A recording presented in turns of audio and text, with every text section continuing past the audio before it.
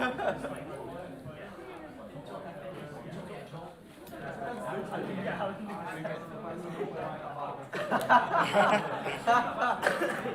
mas é do Miss Universo.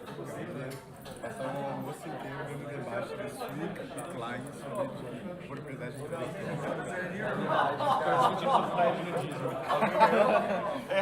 Alguém ganhou? Claro.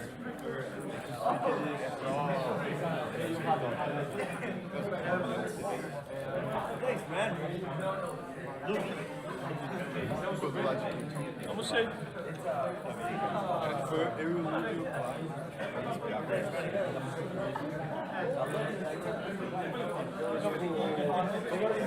Os caras falam com os alunos, entendeu? Aí é foda. A expansão do Não é isso.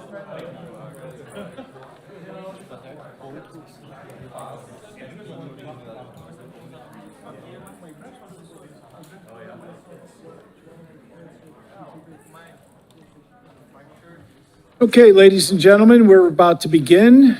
My lecture this afternoon is on the precursors of the Austrian School. And this really goes back in time in the sense that good economic ideas and observations started long ago with the ancient Greek philosophers. And then, of course, technically, the period comes up to 1871 with Karl Menger and his principles of economic thought and the founding of the Austrian School. So, we've got roughly about 2,000 years to go through this afternoon in this lecture, but I think under the circumstances that Dr. Salerno is going to let me cancel the rest of the lectures and just more or less lecture the rest of the afternoon.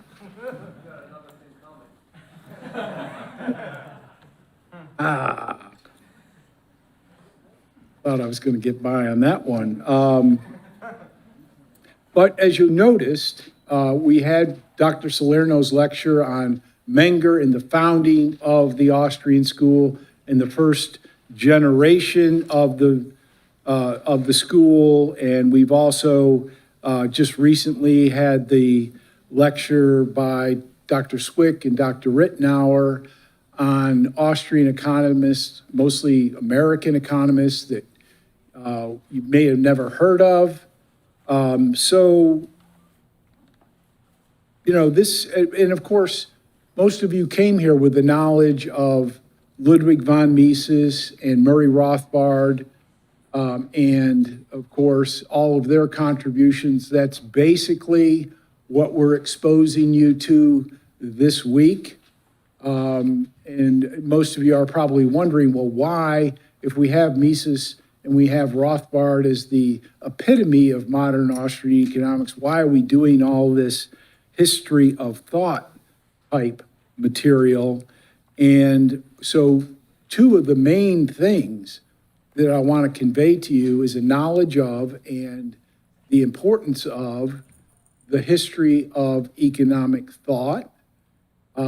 It's very important in economics. Traditionally, it was one of the most important things, certainly the most important things for PhD dissertations, is that if you wanted to work on an idea or a topic or a concept, you would explore the history of economic thought on that concept, looking at its development, the various criticisms, to find out whether it needed improving or not and how you might be able to improve it. So it's a basic part of traditional learning and the development of economics. And of course, Professor Salerno, Matt McCaffrey have published an article recently where they describe the history of economic thought as just that, as a laboratory for developing new economic theory or improving old economic theory, making adjustments to it so that it's more perfect for our use in the current time period. So the history of thought is very important. And the concept of schools of economic thought is very, very important. The importance of a school of economics is to have a bunch of like-minded individuals who are concentrating in on certain conceptions and issues in society to come together and to think about, to write about, to discuss, to criticize others within the school in order to fine-tune economic ideas, to keep those ideas going as the school continues over time, and to amplify the effect of the ideas of the school so that they attract a broader audience and that they contribute to sort of the ideology of society, so that they sort of get transmitted outward, not just into the economics profession, but into the profession at large. So very, very important. We're going to be covering in a cursory fashion some of the most important developments in terms of precursors to the Austrian School, starting basically with the Spanish scholastics. And in terms of the history of economic thought, I would like to point out that the groups that Austrians are attracted to and find the rudiments or the beginnings or even the genuine ideas that we build upon today, those schools of thought, those thinkers are largely belittled by the mainstream of economics and by historians of economic thought who, of course, not surprisingly, are a bunch of lefty economists who don't know math. And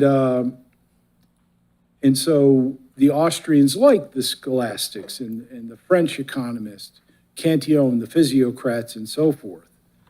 All of these approaches tend to be bottom-up approaches to the economy, looking at things like, and the incredible importance of things like economic value, economic prices, what's really going on there, how are they actually emerging, where are people's valuations coming up from the bottom up.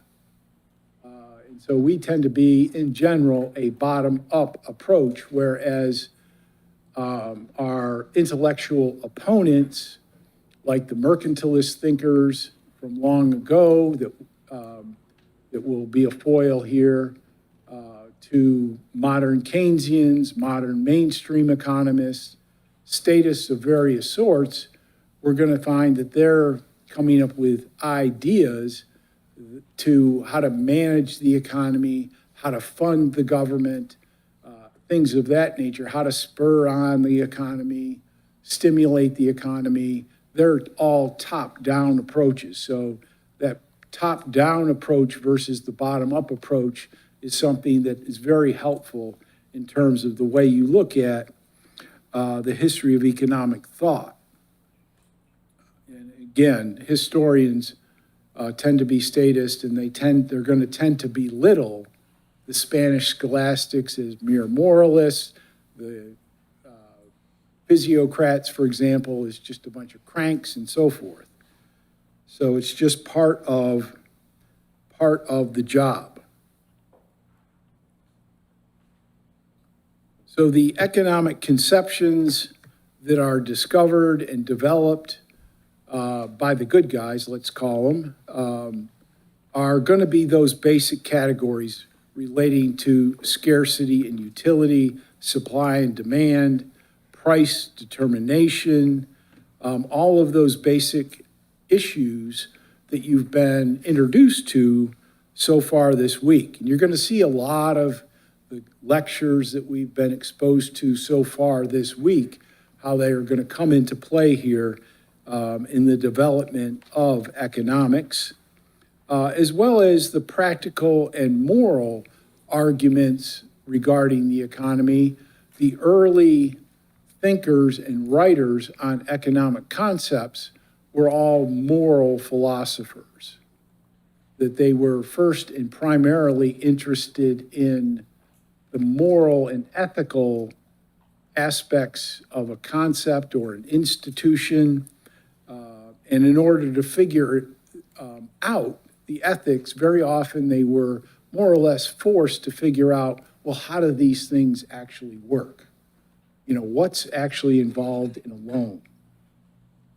Why have, you know, the Greeks poo-pooed interest in loans and all the major religions had usury prohibitions? You know, what's so bad about it? What's the practical aspects about borrowing and lending?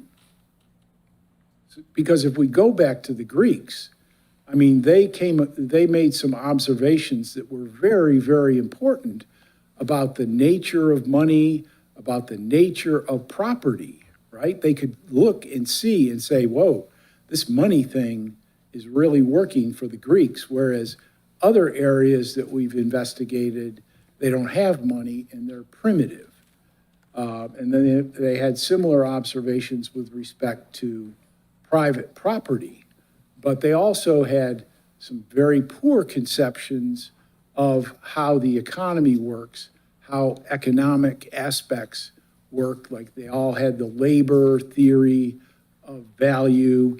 They had a price equivalent theory of prices, where if you see an exchange, that one party and the other were exchanging equivalents, rather than what we know now based on subjective value is that there's a double coincidence of valuation going on, where I value what you have more, that I value what I'm giving up less than what I'm getting, and the same thing is in your case as well.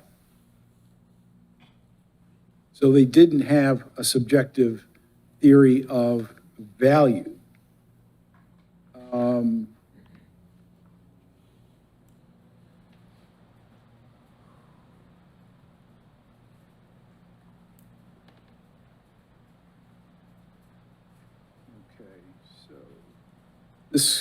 The Spanish scholastics are going to be an important focus for us. Obviously, we're not covering all that 2,000 years, but the Spanish scholastics were really the first school of economics that lasted a very long time. And over that period of time, they produced a lot of very important good ideas, and they produced the thinking and the teachings for liberalism, or the liberal society, that was both moral, ethical, and practical. They would look at ethical issues like prohibitions against charging interest, and they would look for, you know, the moral aspects of it, and they would also look at the practical aspects of banning loans. And they found out that people were cheating on the loans, and the church was having to condemn people for making and taking loans. They would look at the practicality of it, you know, like, well, why are people continuing to violate religious doctrine? And, you know, that eventually over time resulted in them realizing that both parties to the exchange were benefiting from that, and they would actually individually look at certain types of borrowing and lending and figure out how are both parties actually benefiting. And that resolution to that story took the scholastics a very long time to develop and to almost essentially overturn the church's prohibition by step figuring out how loans were a very important and practical aspect of the modern economy.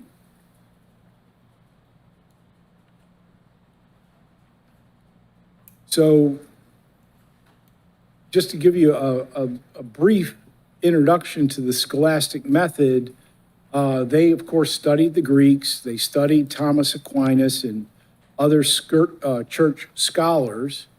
They were obviously coming from that Catholic background. They had a similar intellectual background. They employed obviously a lot of logic and reasoning to real world situations, and they continued to get better over time. They, took real world issues into consideration, like the great Spanish inflation, as money was coming, as gold and silver was coming from the old world to the new world. There was a tremendous increase in inflation, but also statism and tyranny on the part of the government. And the scholastics figured out, the nature of money, the role of money, what was causing inflation, what were the effects of inflation, what were the negative effects of inflation. And they did similar things with exchange and trade and international trade, and of course also with the interest rate, where they extended their criticism of usury prohibitions to more and more cases along the way. In doing so, they developed a subjective approach, subjective value to economic value, and they extended it to the professions. So lenders, merchants, traders, all sorts of people. The Greeks were initially very suspicious of anybody making money while just sitting there at a desk or sitting behind a countertop and just making the exchanges, but not apparently doing any work for their exchanges. So the scholastics extended their analysis to a lot of professions, and a lot of church scholars had done that. So, and there's a lot of great contributors to the Spanish scholastics. Luis de Molina, he extended the idea of that the just price, moral price, was simply just the market price. So there was no exceptions to the rule, that high prices were still just prices because they were legitimate under the circumstances of those high prices or those low prices. So they were also taking on feudalism. They were taking on the tyranny of the monarchy in Spain. And in the end, they developed a full economic platform across the board, including a very negative analysis of the monarch and the tyranny of the monarch and what should the result be, or was killing the king justified under certain circumstances. These were people who were not well liked. The Spanish scholastics were very radical, especially towards the end. They were not well liked or appreciated by the monarchy. And that's another characteristic that you're going to find, is that these precursors to Austrian economics were not well liked by the state. So during and after the rise and fall of Spain, let's say, the economic system in Europe was transitioning from full feudalism, where basically everybody's a serf, to an emerging capitalism. And that period is known as mercantilism. And mercantilism was when the thinkers of the day thought that money was wealth, that protectionism was necessary in order to bring more money into the state.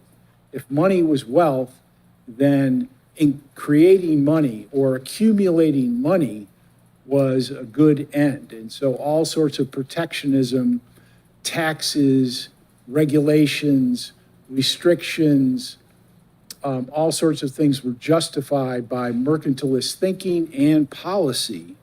This was reached a pinnacle under Louis XIV in France. He was the king of mercantilism. His economic minister Colbert was famous for engineering mercantilist systems. And this was really also the pinnacle of royal absolutism, where power was completely centralized or largely centralized, and the state was very large. It was taxing everything underfoot. It was trying to accumulate as much money from the people as possible and spending as much money as possible on themselves and going into huge amounts of debt. Now, I know that sounds very foreign to modern day humans around the globe, but it does make the point that essentially modern economists and the modern economic system just really harken back to those days of mercantilism and royal absolutism. So I think you can all understand where we're coming from. And this was also a period which I think is also important in terms of opposition to this as well. So I've noticed a general tendency for good ideas, for good thoughts, good publications, good books and letters to the government, all sorts of things emerge when government gets tyrannical, when it gets large and it overspends, it overtaxes. That seems to be when good ideas surface. And it's not just in academic ideas, but it's also in the ideas of the people as well. This is the age when the concept and the phrase laissez-faire first emerged. And famously, it was a Protestant merchant in France, Thomas Lechon, who is said to have communicated that idea to the local government official and then to Colbert, the minister, and ultimately to King Louis XIV. Laissez-faire, just leave us alone. If you leave us alone, we'll make the economy grow on our own. And Legrand was Lechon was a very wealthy merchant, and actually his family and the Turgot family, who we're going to meet later on, were family, friends, and fellow investors. So apparently that phrase laissez-faire was transmitted over time to the Turgot family as well. So on this slide, we have two of the great anti-mercantilist reformers, thinkers, and writers. On the left is Marshal Vauban, who was a leading general and military leader of France. He came from poverty, but was educated, moved up through the military. He was a famous military engineer who came up with the concept of the star-shaped fort so that your side could stay behind heavy walls and fire in all directions at the enemy. And the enemy would be so overcome with fire and cannon fire and so forth from all directions that they would be very hesitant to attack. So he's very famous as a military engineer, but after he retired, he observed that the French state was abusing the people, taxing the people, restricting the people, kicking out the Protestants, and doing all sorts of bad things. He wrote a lot of letters to the king saying, "What the heck are you doing?" And also a book that was finally came to light in 1707, where he called for an end to all of this government intervention, an end to all taxation, which would be replaced by a 10% tax on all of the income of not just the people and the landlords, but also the royal families and the clergy. And so he was widely hated by the leadership of France. At the same time, a government bureaucrat, landowner, lawyer named Boy Gilbert was also writing against what the king was doing in the French state and all that kind of stuff. And he actually developed some economic understanding. He was probably educated in the scholastic tradition, which had basically otherwise had gone away in terms of new ideas, but their teaching still existed.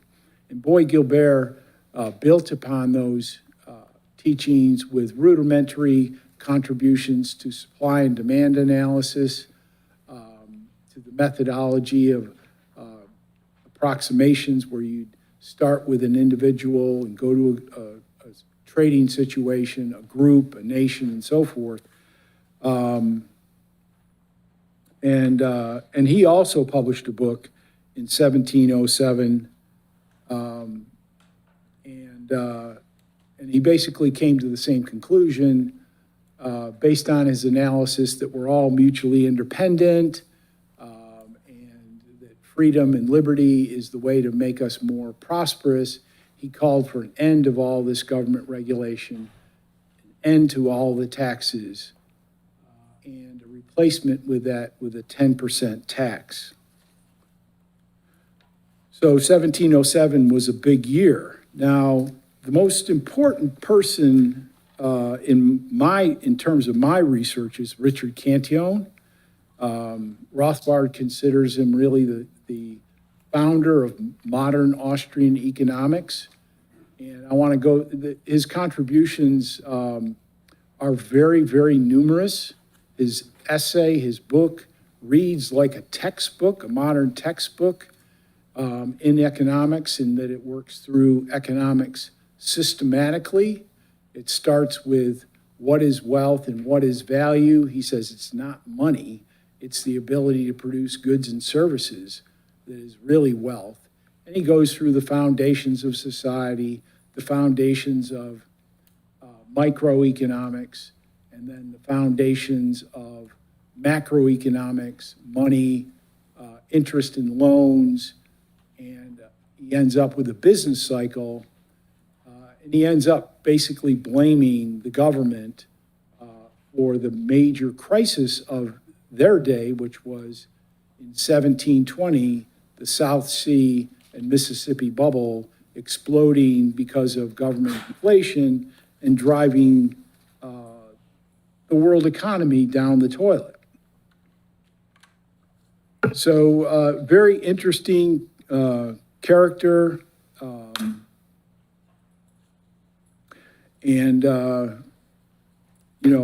go through some of his contributions just to give you a bit of a flavor and to encourage you to read it. I've translated or helped retranslate his essay into American English, and it's available in the bookstore, online, or in a PDF form. In fact, I think you can get it in audio form as well. But he was one of the first to interject objectivity into economic analysis and abstraction. So he talked about things like ceteris paribus, the open versus the closed economy, all sorts of things like that. He was really the first to understand price formation and the intricacies of the price system throughout the economy.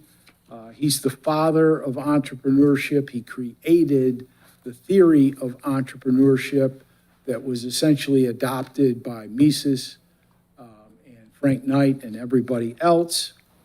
He's the father of population theory, which was integrated into his analysis. He was an opponent of somebody who was basically a pre-Malthusian mathematical trend line writer. And Cantillon said, no, population is based on economic factors. Cantillon launched spatial economics. He completely demolished the mercantilist view of economics. He put forth the price specie flow mechanism, which said you can't accumulate money in one country. You'll just end up raising the prices and causing people to want to buy imports and price your exports out of business. So he completely demolished the mercantilist system, and his contributions are significant and many. Murray Rothbard ended up calling Cantillon the father of modern economics. And I've been working on his stuff for over 25 years, and I am still not running out of new ideas, new discoveries in what he wrote, and its importance in to modern economics, actually. And there's a lot more work to be done across this whole group of precursors to Austrian economics. Now, in the aftermath of Cantillon, he was killed, murdered, maybe assassinated, maybe he faked his own death, we're not sure, in 1734 after he had written the manuscript. Could never publish it. It would have been censored, he would have been put in jail. Anybody with a copy would have been put in jail. But it was very popular. It was circulated in handwritten form amongst the intellectual class of France and in London as well. And it influenced a great many people, Mirabeau, Montesquieu, Bolingbroke, who was kind of like the first prime minister of England, and then later on, David Hume probably had access to the manuscript when he was a graduate student. And then, of course, the physiocrats. Vincent de Gournay got a hold of a copy, and basically the physiocrats and de Gournay arranged to have the essay finally published in 1755. So it's very much an underground book for 25 years. You can imagine that. It was published without an author's name, with a fake publisher, and all sorts of ways to distract attention away from its publication. Quickly sold out, second edition sold out. It's been translated many, many times. But it affected a lot of people, and in particular, those that coalesced along the lines of the physiocrats. This is a picture of Richard Cantillon. We never had an image of Richard Cantillon. Again, he was a mysterious person. I found this painting in the Louvre Museum about 20 years ago. The actual size of the painting in the Louvre is bigger than this entire screen. And they didn't know who the painting really was of. And it took me about 13 years, but I eventually proved that that was Richard Cantillon, his daughter, and his wife. But that's not really important as much as it is in terms of the physiocrats. Now, the physiocrats are the next great school in economics. Again, they coalesced around Cantillon and his work, but it was really founded and led by Francis Quesnay, who was a physician to the court of France, so like the Queen's physician, and so he was a very prominent doctor. Mirabeau, who was pretty old at the time, but Mirabeau had a copy of Cantillon's essay and had written things against taxes, ways to improve the population, ways to raise the standard of living based on Cantillon's essay. He really didn't understand it all that well, but he was a good guy and he wanted the best for France.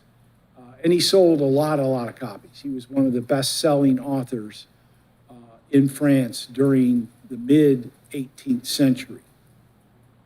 And then there are many others around him and around the physiocrats. And the physiocrats are belittled in the history of economic thought as being placing all value on land, that labor didn't have any value, that manufacturing was sterile, it was kind of siphoning off the lifeblood of society, and a lot of crankish ideas which are visualized in Quenet's tableau économique, which is a diagram that's supposed to represent the circular flow of the economy producing economic growth. But basically everything that I get out of Quenet was kind of nonsense. It was kind of like a crazy doctor who had pet ideas. Mirbeau was pretty similar. He didn't understand economics. And their ideas are what are depicted by historians of thought as the quintessential case of the physiocrats. Now, in contrast to that, a lot of the younger physiocrats, including Degner, Nicolas Badeau, and many others, they understood good economics. They had read Cantillon probably, and they didn't think that manufacturing was sterile. This one guy that I came across just recently at the far end over here, this guy, he initially didn't like the physiocrats because of the cranky ideas, but when he was introduced to Cantillon and some of the better ideas, some of the younger members, he realized, hey, they've got something here. He was an advocate of manufacturing. He was an advocate for trade. And he thought that they could alleviate poverty in France by eliminating all these restrictions that mercantilism was imposing on the economy. So I'm going to be taking a longer look at the physiocrats myself based on what I found this morning in preparation for this lecture. As I said, that's part of the reason for the history of thought is not just to generate ideas and papers, but to refine them and see what happened in the past, because this is precisely the thing that we need today. My lecture on Friday, this is Badeau's ideas are exactly the kind of ideas I'm going to be presenting in that lecture. So the physiocrats were basically very good economists, ending with Turgot, who's probably one of the best economists in the period.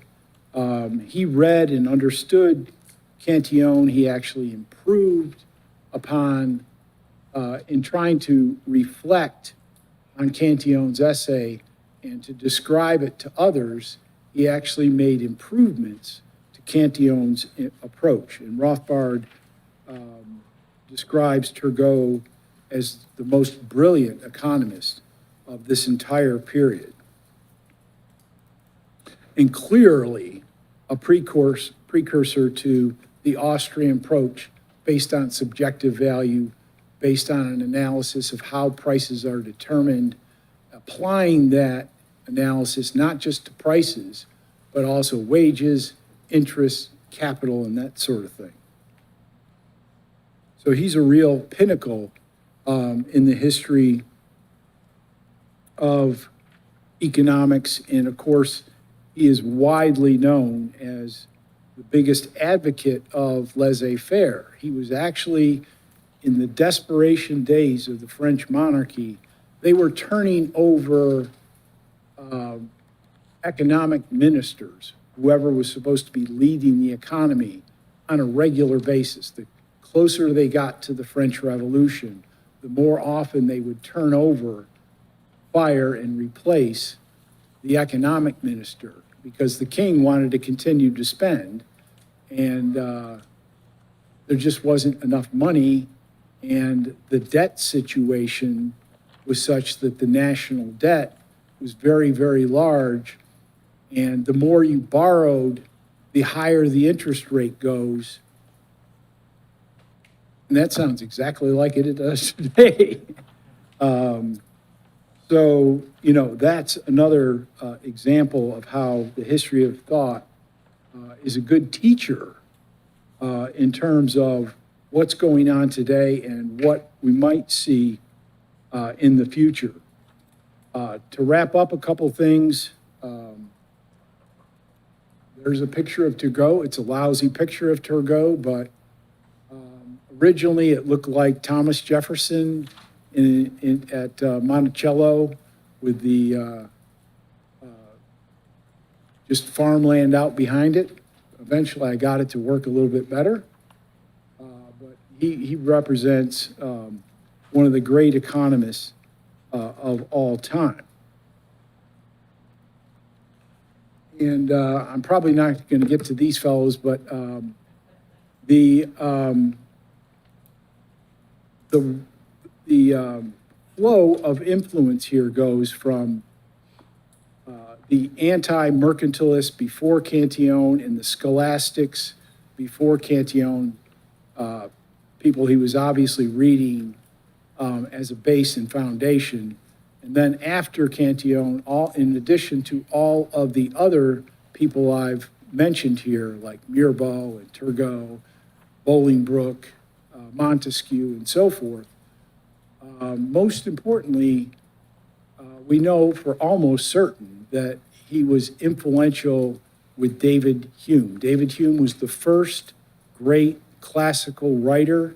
He wrote a series of essays on economic policy, which made him famous and made him wealthy to a certain extent, rose him in prominence significantly. He was a failed graduate student in the late 1730s when he went to recover from a nervous breakdown in France. And it's at that point we think he got a copy of Cantillon's essay and digested it into his notes. We have the notes, and it's on the basis of those notes that I made the claim supporting many others who have recognized that Hume's economics, like the price-specie flow mechanism, were very much similar and parallel to Cantillon. And the combination of Turgot in France and Hume, who was Adam Smith's friend, Turgot was Adam Smith's correspondent in France, that both of those people influenced Adam Smith to read Cantillon. And there are many, many parallels in Adam Smith. Virtually all of his good theoretical ideas are very similar to ideas that you can find in Cantillon. And Adam Smith, who Rothbard called a plagiarist, basically, he does reference Richard Cantillon. So the classical period is very much a negative turn in economics. After Adam Smith, who did understand price theory and did understand a lot of things, after that, it all broke down into a mechanical system driven by the labor theory of value. And there's really not much of any value during the classical period outside of Samuel Bailey and Nassau Senior, who were tertiary economists during the classical period that understood subjective value and built their systems on a notion of subjective value. William Roscher, who was a prominent German economist, a theoretical economist, which was very unusual at the time. And again, subjective value. And then, of course, back in France in the late 1830s, early 1840s, we see Frederick Bastiat, an independent scholar, a politician, landowner, come onto the scene and make a huge mark on economics and the profession throughout Europe and the United States. And elsewhere. So just to conclude on some of the main points, and I'll go back to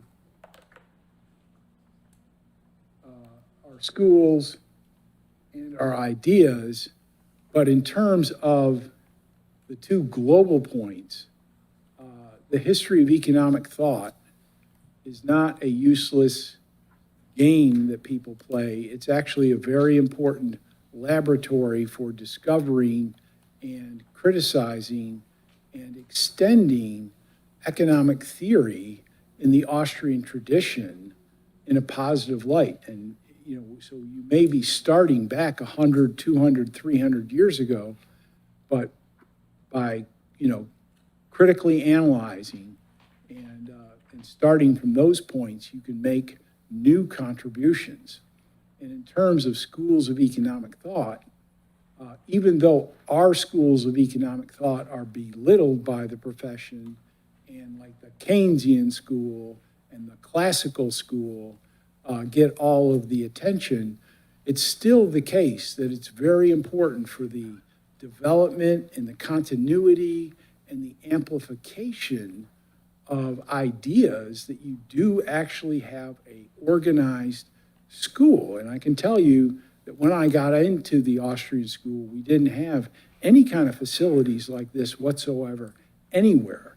There are more Austrian economists, PhD Austrian economists, teaching here at Mises University than there probably really existed in the world back in 1982 when Lou Rockwell founded the Mises Institute. And of course, now we have journals and newsletters, all sorts of ways to communicate between the schools and to transmit ideas out to students and the general public. So thank you for paying attention. I appreciate it.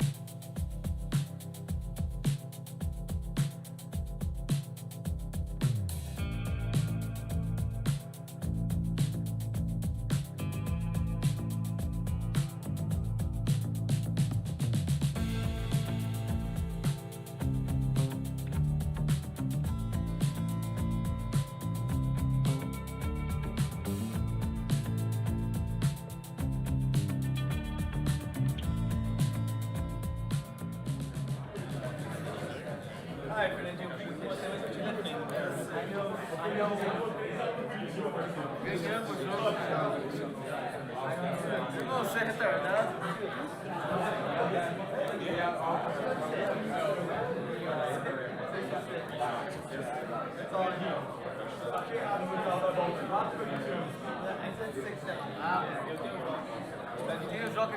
About 30 seconds before we get started.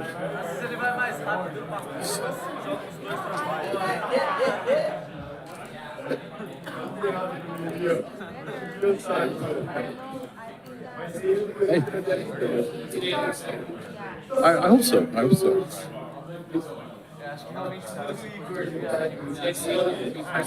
What's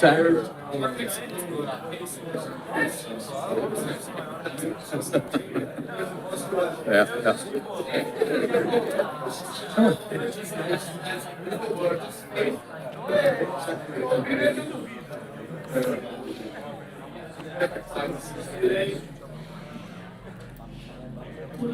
All right, ladies and gentlemen, we do have 2 o'clock. I know I started yesterday with a little bit of a crack about dating skills and that kind of thing. So it's a good thing that today we have Richard Cantillon, and he, maybe we had it alluded to in the last session, but he was known to be a little bit of a ladies' man. And with a head of hair like that, who could possibly argue the reasons for it? So our topic today is on the Cantillon effect and what has been known as the K-shaped economy, which we'll find out has a couple of different manifestations, a couple different ways in which the current situation has been described as a K-shape. And that's something we'll get to at the end of the presentation. And so to get things kicked off, I want to go ahead and start with some recommended readings. Some of these you have seen before, but what I really want to do today, and it's part of my teaching method today, is to truly whet your appetite to read the entire essay on economic theory. I have to say, in my intellectual and academic journey, that step was really critical in understanding, as we talked yesterday, about the political economy of the household, of the family. And I'm going to walk through a section that I think is of the utmost importance for our current situation. Of course, the area of emphasis I want to look at here has to do with his views on money creation. And an important distinction is made by Ludwig von Mises in Human Action, and it has to do with the problem of a couple of the folks who disagree with Cantillon, specifically David Hume and John Stuart Mill. So I'd point you to that section in chapter 17 of Human Action. Then, of course, the theory of money and credit's really a great baseline for your monetary understanding. And then also we have a few sections out of Rothbard's 2-volume piece. You would go to the first volume that discusses Cantillon and Hume. So those are chapters 12 and 15, respectively, to take a nice deep dive with the Rothbardian analysis. And one last one is understanding money mechanics.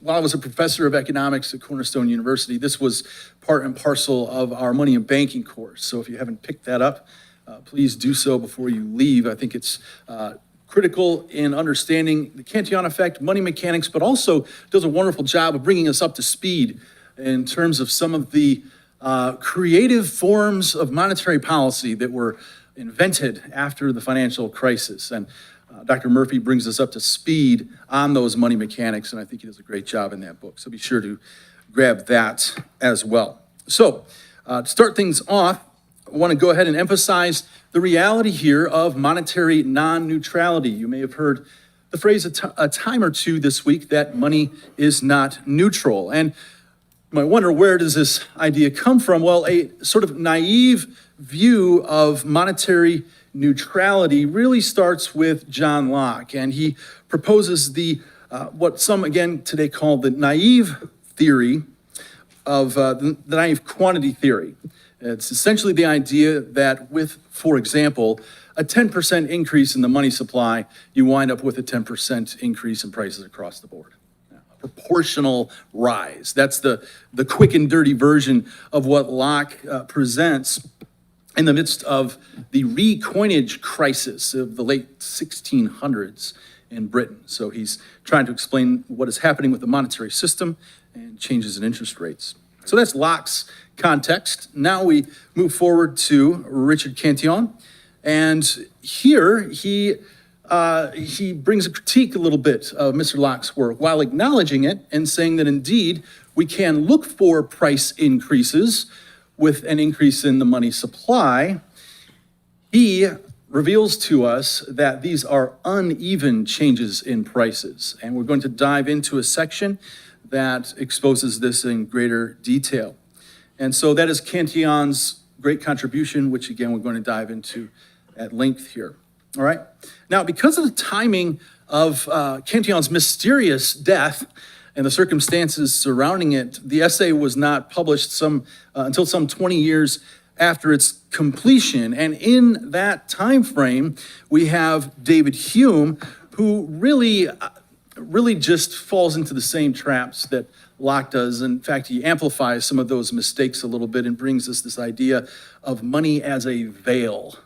Money as a veil, you might have heard that phrase before. And so really a doubling down on this idea of monetary neutrality comes from Hume. And as I mentioned just a moment ago, Ludwig von Mises really takes this idea to task in that section on the problem of Hume and Mill.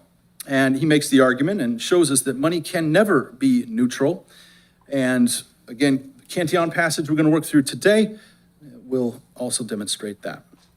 And so, with that in mind, I want to move forward to a very nice clarification, very nice statement from Murray Rothbard in that History of Economic Thought, where he dissects the issue at hand. What are the distinctives here between Cantillon's ideas and those of Locke, Hume, and Mill? He says the following, quote, "It is this brusque neglect," here he's speaking of Hume, "this brusque neglect or comparative statics that leads Hume to omit the Cantillonian analysis," let's say that 10 times fast, "of micro changes in cash balances and income. Ironically, by doing so, and thereby neglecting the distribution effects of changing assets and incomes during the process, Hume, as well as countless other economists following him in the classical tradition, distorts what happens in equilibrium itself, for they cannot see that the new equilibrium will be very different from the old," right? In other words, money is not a veil, but we have real changes to the economy once new money is introduced. And this is really one of the key insights from Cantillon, all right? So now what I'm going to do is something a little bit unusual, and I'm going to walk you through a passage that I referred to a little bit ago, really something that shaped my dissertation and my academic career, and I'm going to walk you through it the way I walked through it, through a parsing method that is a little bit like you might experience in a literature class. And so I'm going to break some rules of PowerPoint, best practices, but I think it's going to be very valuable for us as we go through word by word a couple paragraphs from Cantillon to provide context for his comments, clarification for some of the phrases that he uses, and also help us to anticipate the second part of this discussion, the idea of the K-shaped economy. So buckle in here, and if some of you even have devices and have your PDF copy of the essay pulled up, this would be the time to jump to about page 147 or so. So here we go, a little different approach. I'm going to start with the quotes here themselves, but also draw out the bold and underlined highlighted areas, okay? So as we begin this passage on page 147 of the essay, which again, you should know and acknowledge and thank Dr. Thornton for his oversight of that translation. Cantillon says this: "If gold or silver mines were found in a state and considerable quantities of minerals were extracted from them, the owners of these mines, the entrepreneurs, and all those who work there will increase their expenditures in proportion to the wealth and profit that they make." So first things first, I'm highlighting here this gold and silver mine piece because for a lot of us, when we think about what we would like the monetary world to look like, this is a kind of monetary utopia here. What do we have? we have gold and silver mining. In another part of the passage, Cantillon also refers to the exchange of not only gold and silver coins, but also copper coins. So what do we have in this context? We have competition, business competition for the ownership of mines, the costly extraction of resources, gold, silver, and copper, and we have a world being described here that is evidently what we would call a competitive currency situation. You can pay in gold, you can pay in silver, or copper. All right, so for a lot of us, again, this is sort of the ideal scenario. And we need to be reminded of this as we move forward. Because in our current context, when we think about the Cantillon effect, we, of course, are living in a world where this is not the way in which money is produced.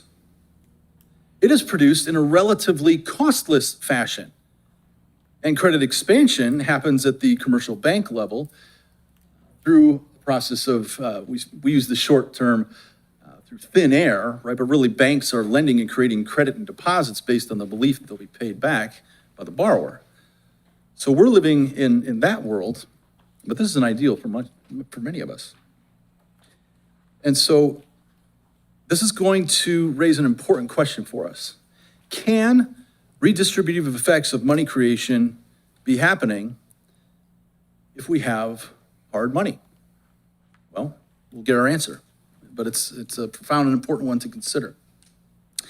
So the second thing to highlight is that we have an entrepreneurial activity going on here, right? The mining process, the owners of the mines, the entrepreneurs, he later talks about the smelters and the minters of the new coins. They are in business. They are creating a product that the rest of the market deems desirable, right? It's a saleable good that they're producing. And so this, in a sense, is a normal entrepreneurial activity. You've heard it said this week in another context that money is a commodity, and we can analyze it using the tools of supply and demand, just as we would the supply and demand for eggs or cars. And so this also is important to keep in mind. But who are these owners and entrepreneurs? In the language that we've been using throughout the week, they are quite literally the first people with the new money in their hands, what we might call the first receivers. So they are the owners of these commodities right off the bat. Now, those who work there, those employees in the mints and in the smelting capacity, the smelting job, they also receive wages from this process. And so they become more wealthy. And so in a sense, this is just like any other productive activity in a dynamic economy, right? If you have someone who invents a better wheel, a better mousetrap, and sells it, we have some kind of new wealth creation. And with that new wealth creation, we see a new distribution of wealth that goes to the makers of the mousetrap. So too, nothing is really different here, right? So that is the world that Cantillon is painting for us as we think about new money creation. Now, we're going to continue on. There we go. Did we move to the next slide? Great. Now, here's a critical point. I'll go ahead and read it, and then again, emphasize these key points. And as you're walking through this parsing exercise, I think it's a great opportunity as you're taking your notes to maybe ask some questions, jot some questions down, and be curious after the break to see what you're wondering about. But let's go ahead and read it. All this money, whether lent or spent, will enter into circulation and will not fail to raise the price of commodities and goods in all the channels of circulation it enters. Increased money will bring about an increased expenditure, and this will cause an increase of market prices in the good years and to a lesser degree in the bad years. We'll talk about what he means by the bad years in just a moment or two. But to start off here, there's a critical point, right? When you receive the new money, it will either be, in his words, lent or spent. Now, when I was in the classroom talking about the uneven effects, the non-neutrality of money, I would propose to my class something like this. Imagine that I gave you, everyone in the room, $100,000, zero interest, you just have to pay me back the principal in 10 years. Every single one of you. And in this thought experiment, would then ask students, okay, with that $100,000, what would you do? And they go ahead and write that in their notes. And then we'll go ahead and ask around the room, what are some of the things that would be done? Do you suppose that everyone answered the same way? Certainly not. One of the most common answers, you could probably guess, in a group of undergraduates, they said, I'm gonna pay off my student debt, right? So that's an option, right? Pay down your debts. You could lend it. Those who were more entrepreneurial in their kind of mindset, they were thinking, I could go ahead and buy this or that and sell it at a higher price. Others were gonna go big time, and guys on the golf team were gonna buy a new set of golf clubs, like really nice ones, and a various list of various and sundry things, right? So kind of a fun thought experiment. But what's the point? The point is that there is a critical juncture where human preferences come to bear in these economic choices. And we see different bids being made on different products, different goods and services. And so that, right off the bat, tells us that money is not going to enter the economy evenly. It's going to enter, as he points out here, into these channels for commodities and goods that are different and variable from time to time. We know that sometimes our subjective preferences and the purchasing decisions we make sometimes are based on the weather. I would ask the same question to these students, and if it was hot outside, I would say, all right, how many of you are gonna make a bid on beanies and scarves and mittens, right? Well, no one's making a bid on these things. And so those preferences changing moment by moment really drive that decision to lend or to spend. And whatever channel we decide to make our expenditures in, that's increased demand for those goods and services. Now, what's important to note is that the prices that you're paying on these goods and services are at the current level. We're going to see, as this process unfolds, that those prices are going to change a bit. And these initial holders of money will become a part of a class of winners who are making early bids on goods and services that they deem most desirable, but there will be some consequences down the road. All right, now I want to get to this, this last section here, or this last phrase, that it says this, that the new money, right, increases in expenditure, and this will cause an increase of market prices in the good years and to a lesser degree in the bad years. What is he referring to here?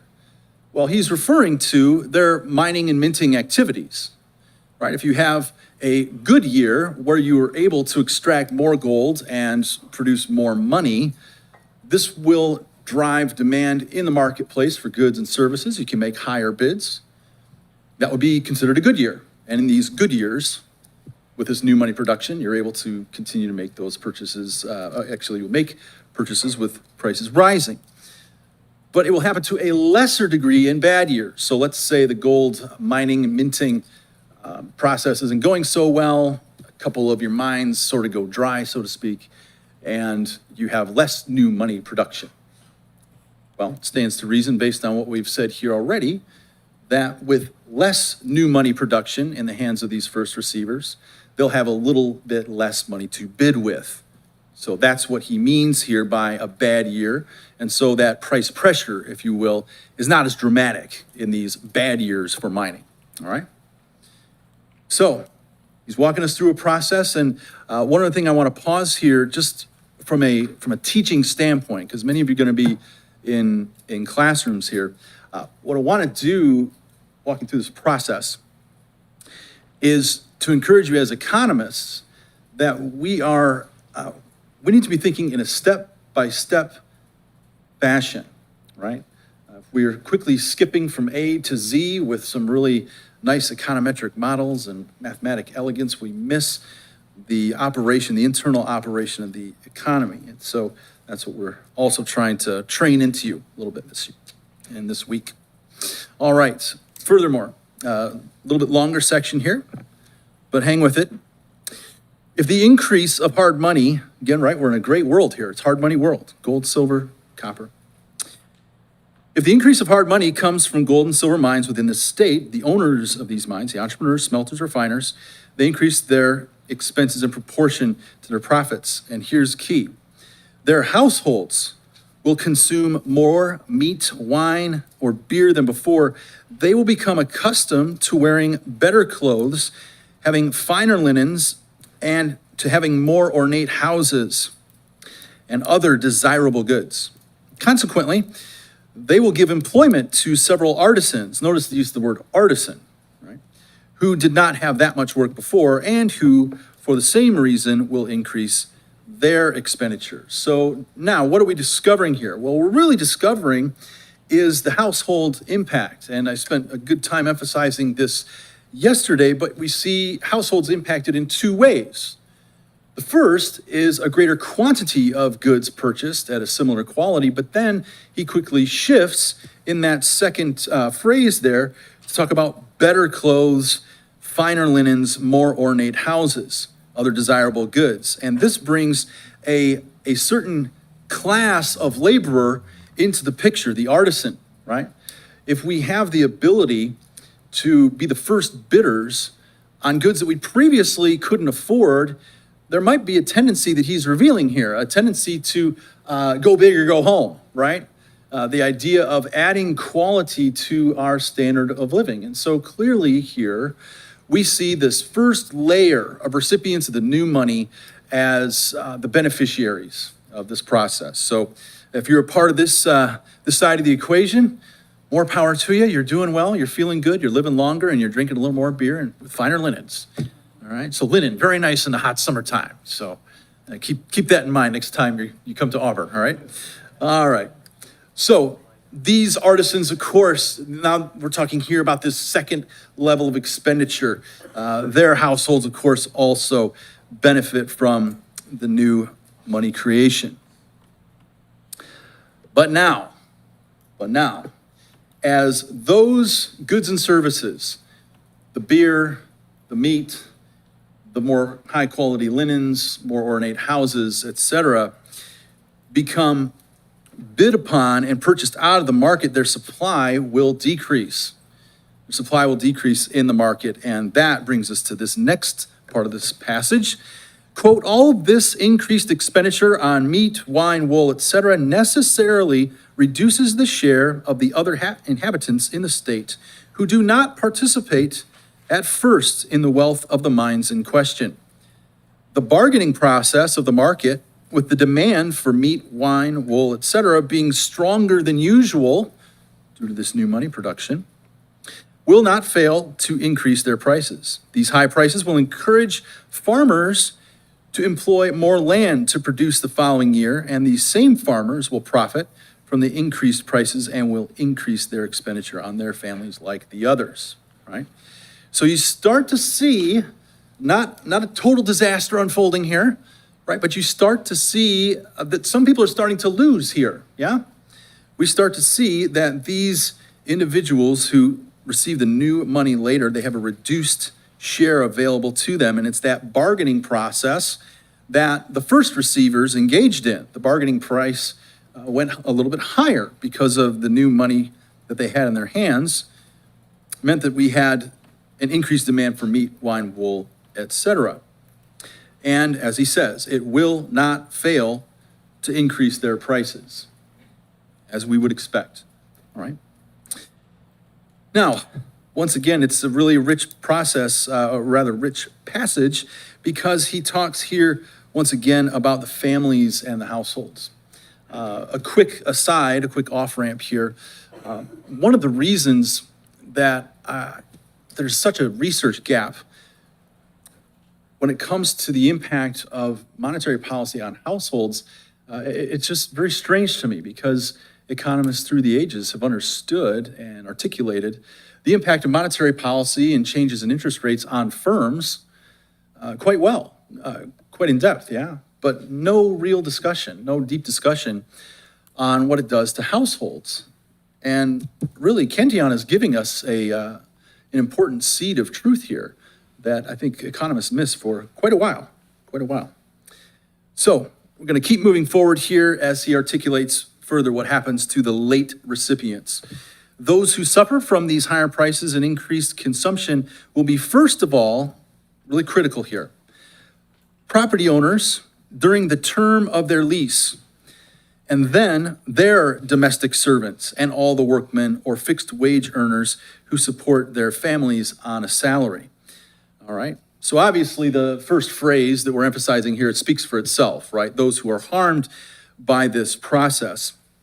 But specifically, he goes to property owners. Why? Well, in this context, property owners are receiving perhaps monthly or perhaps annual rents on properties that they lease out. So if you think of a landlord in our context who is locked into a 1-year or maybe even a 2-year contract, and they're receiving those same payments, meanwhile, there's price pressure on the things that are necessary to keep the apartment running. All right, so paint has become more expensive. The early recipients, the first recipients, have bid up the price of paint. They've bid up the price of shingles, and so on and so forth. And this creates a much more difficult situation for this property owner, this landlord, if you will, during the term of their lease.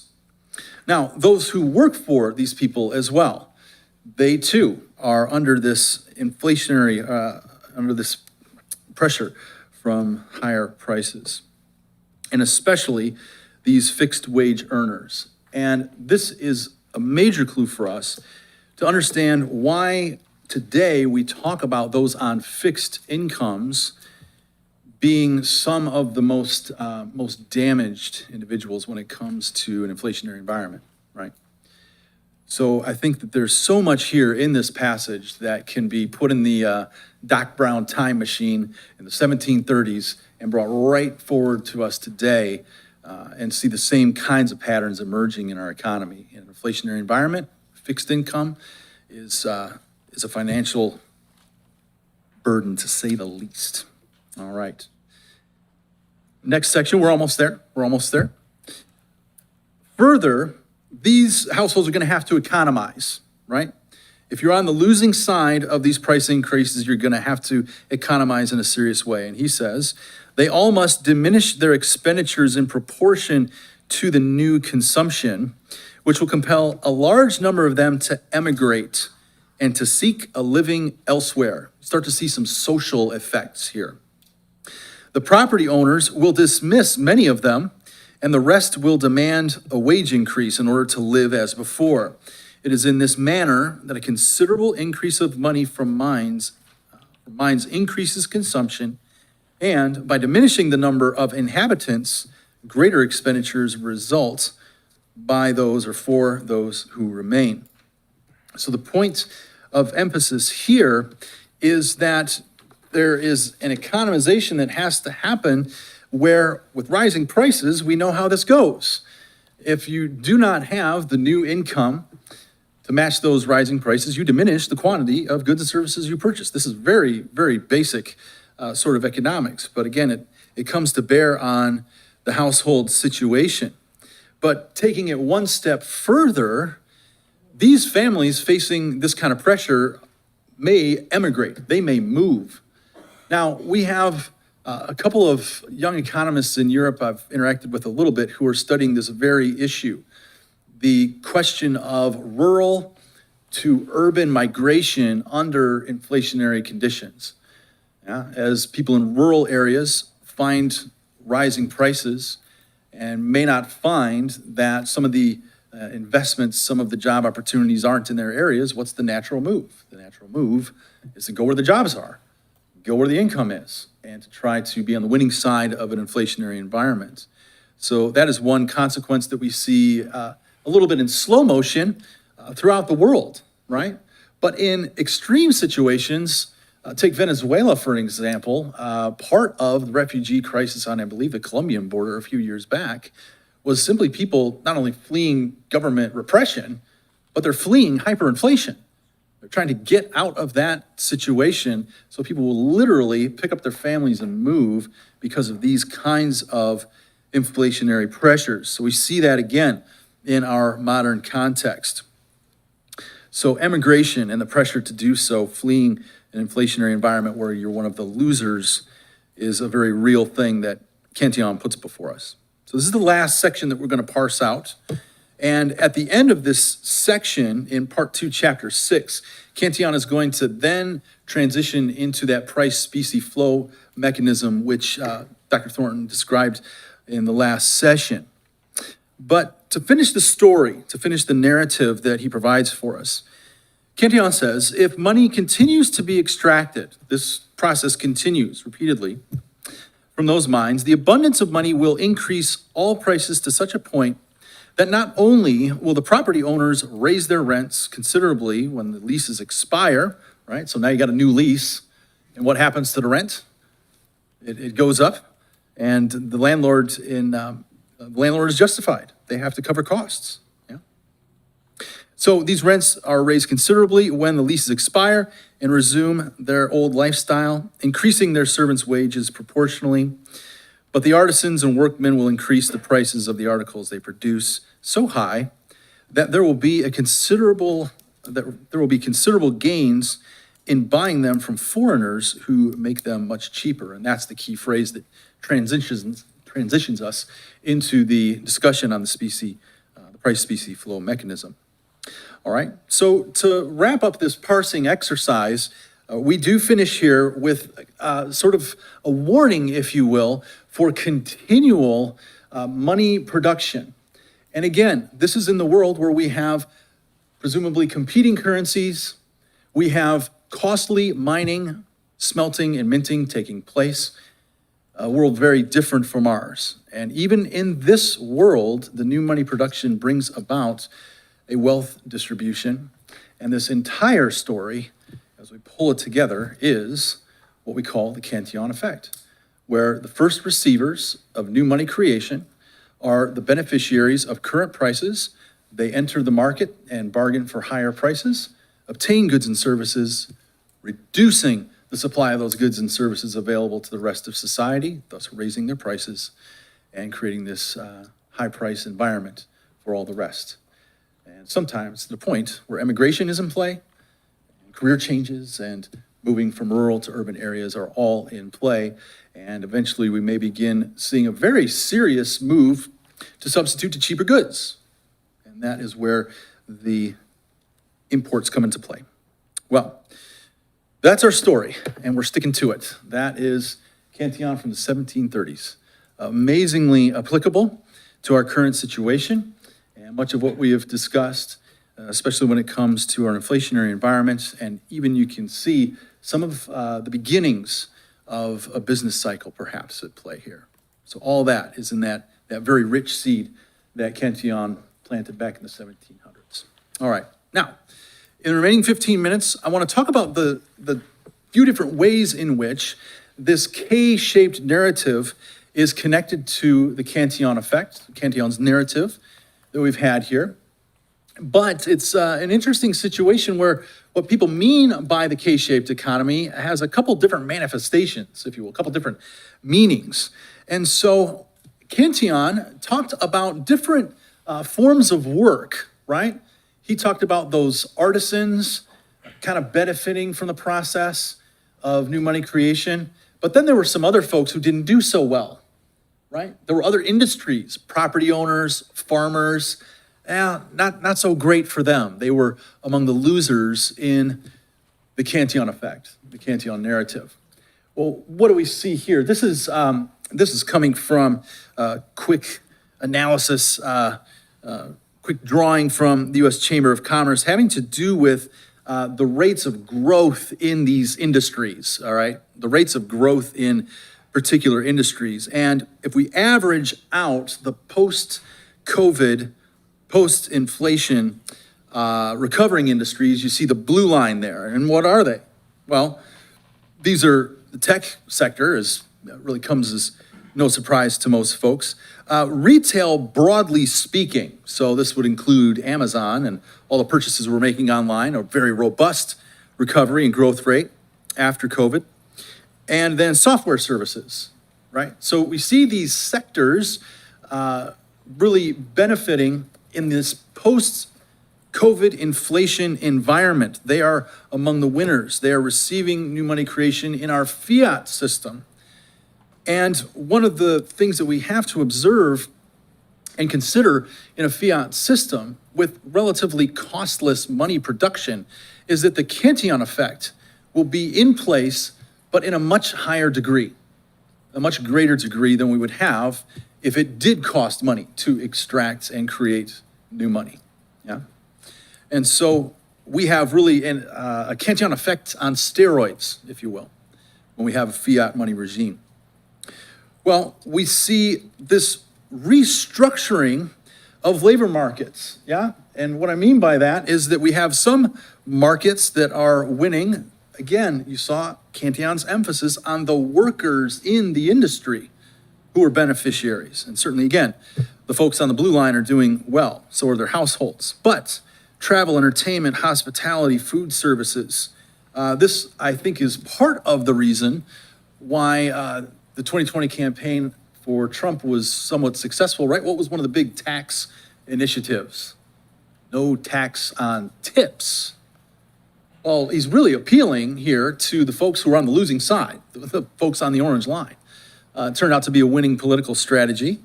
But nevertheless, these are the people who are feeling it. They are among the losers. They are in that group of late receivers of the new money creation. So this is one way in which the K-shaped economy has been described. Growth in the sector. Some have done well post-COVID, others not so much. Now, this next one refers to consumption patterns. Now, you might say, where's the K? Come on, help me out here. Well, this chart, if we look to mid-2021, you will notice it's really tight there.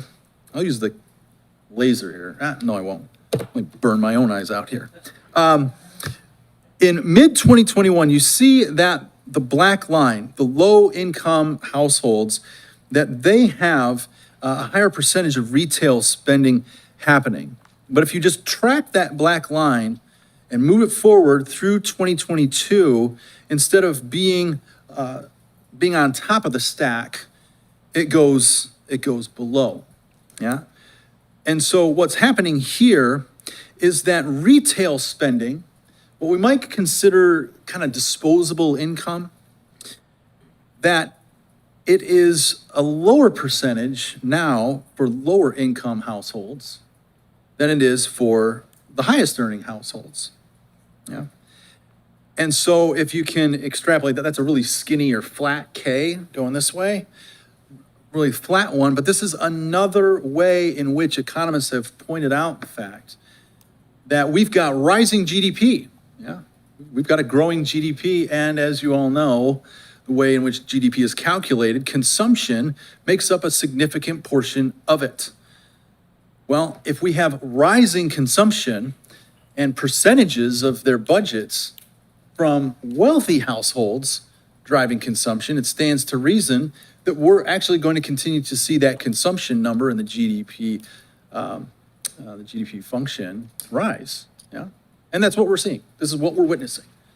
So increased consumption among the wealthy, which is a little bit of an unusual pattern. All right. So that is the consumption, the K-shaped consumption pattern that is a little bit new after COVID. And again, this corresponds back to Cantillon's emphasis on household consumption. What do the first recipients, what do the beneficiaries do with the new money? They get more beer, beef, and so forth, and they acquire finer things. Their consumption tends to go up as beneficiaries. All right. And in the meantime, as you saw in the Cantillon passage, things get a little tougher. Families on the losing side. But there's one more K-shape that I want to emphasize here, and that has to do with this disconnect, again, between growing GDP, the S&P, as I believe was, what's the secretary that was ranting at Thomas Massey about, don't worry about this or that because the Dow just hit 50,000. You remember this exchange in Congress, right? The Dow hits 50,000. We've got the S&P soaring. What's not to like? right? Everything is sunshine, rainbows, and lollipops. You know? Is that the way the public feels? Well, apparently not. Apparently not. If we take a look at the soaring stock market on the one hand, the upside of the K here, the consumer sentiment survey conducted by the University of Michigan, which has been conducted for quite a while, very nice survey to get a pulse on the public's attitude about what is happening in the economy, and most importantly, I think, what they believe is going to happen in the economy in the years ahead. And here is where the continual downgrading of consumer sentiment is really powerful in my mind. You notice, right, you see the COVID drop-off, right? You see it there in early 2020. And of course, you know, we're all told that there's going to be bodies stacked like cordwood in the streets. I mean, everybody's like, the future is a disaster, right? That's what we believed. Where has it gone since then?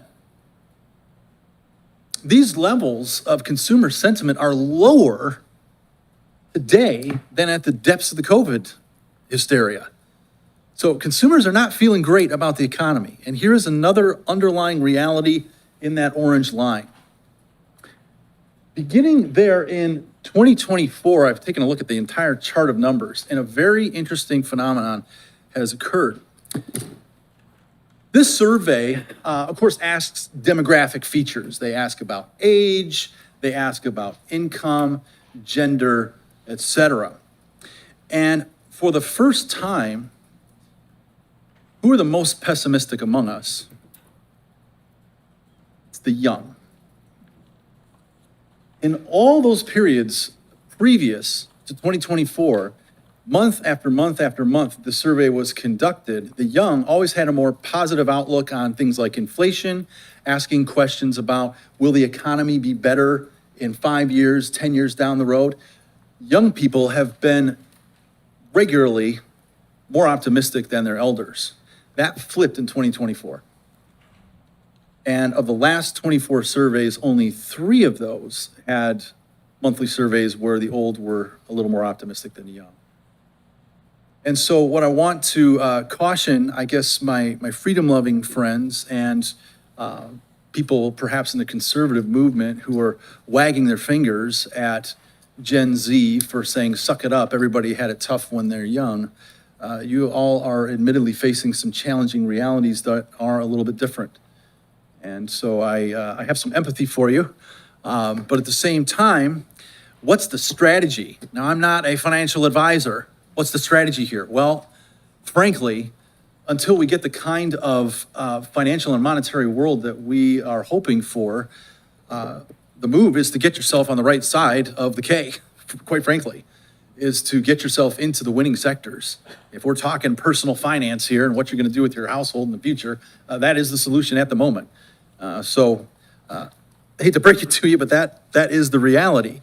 And so to conclude, I just want to wrap up with really what's happening on these 2 legs, if you will, of this K. Well, drawing on our lessons from Richard Cantillon from the 1730s, we have favored industries. In other words, what are the industries that the first recipients like to bid on?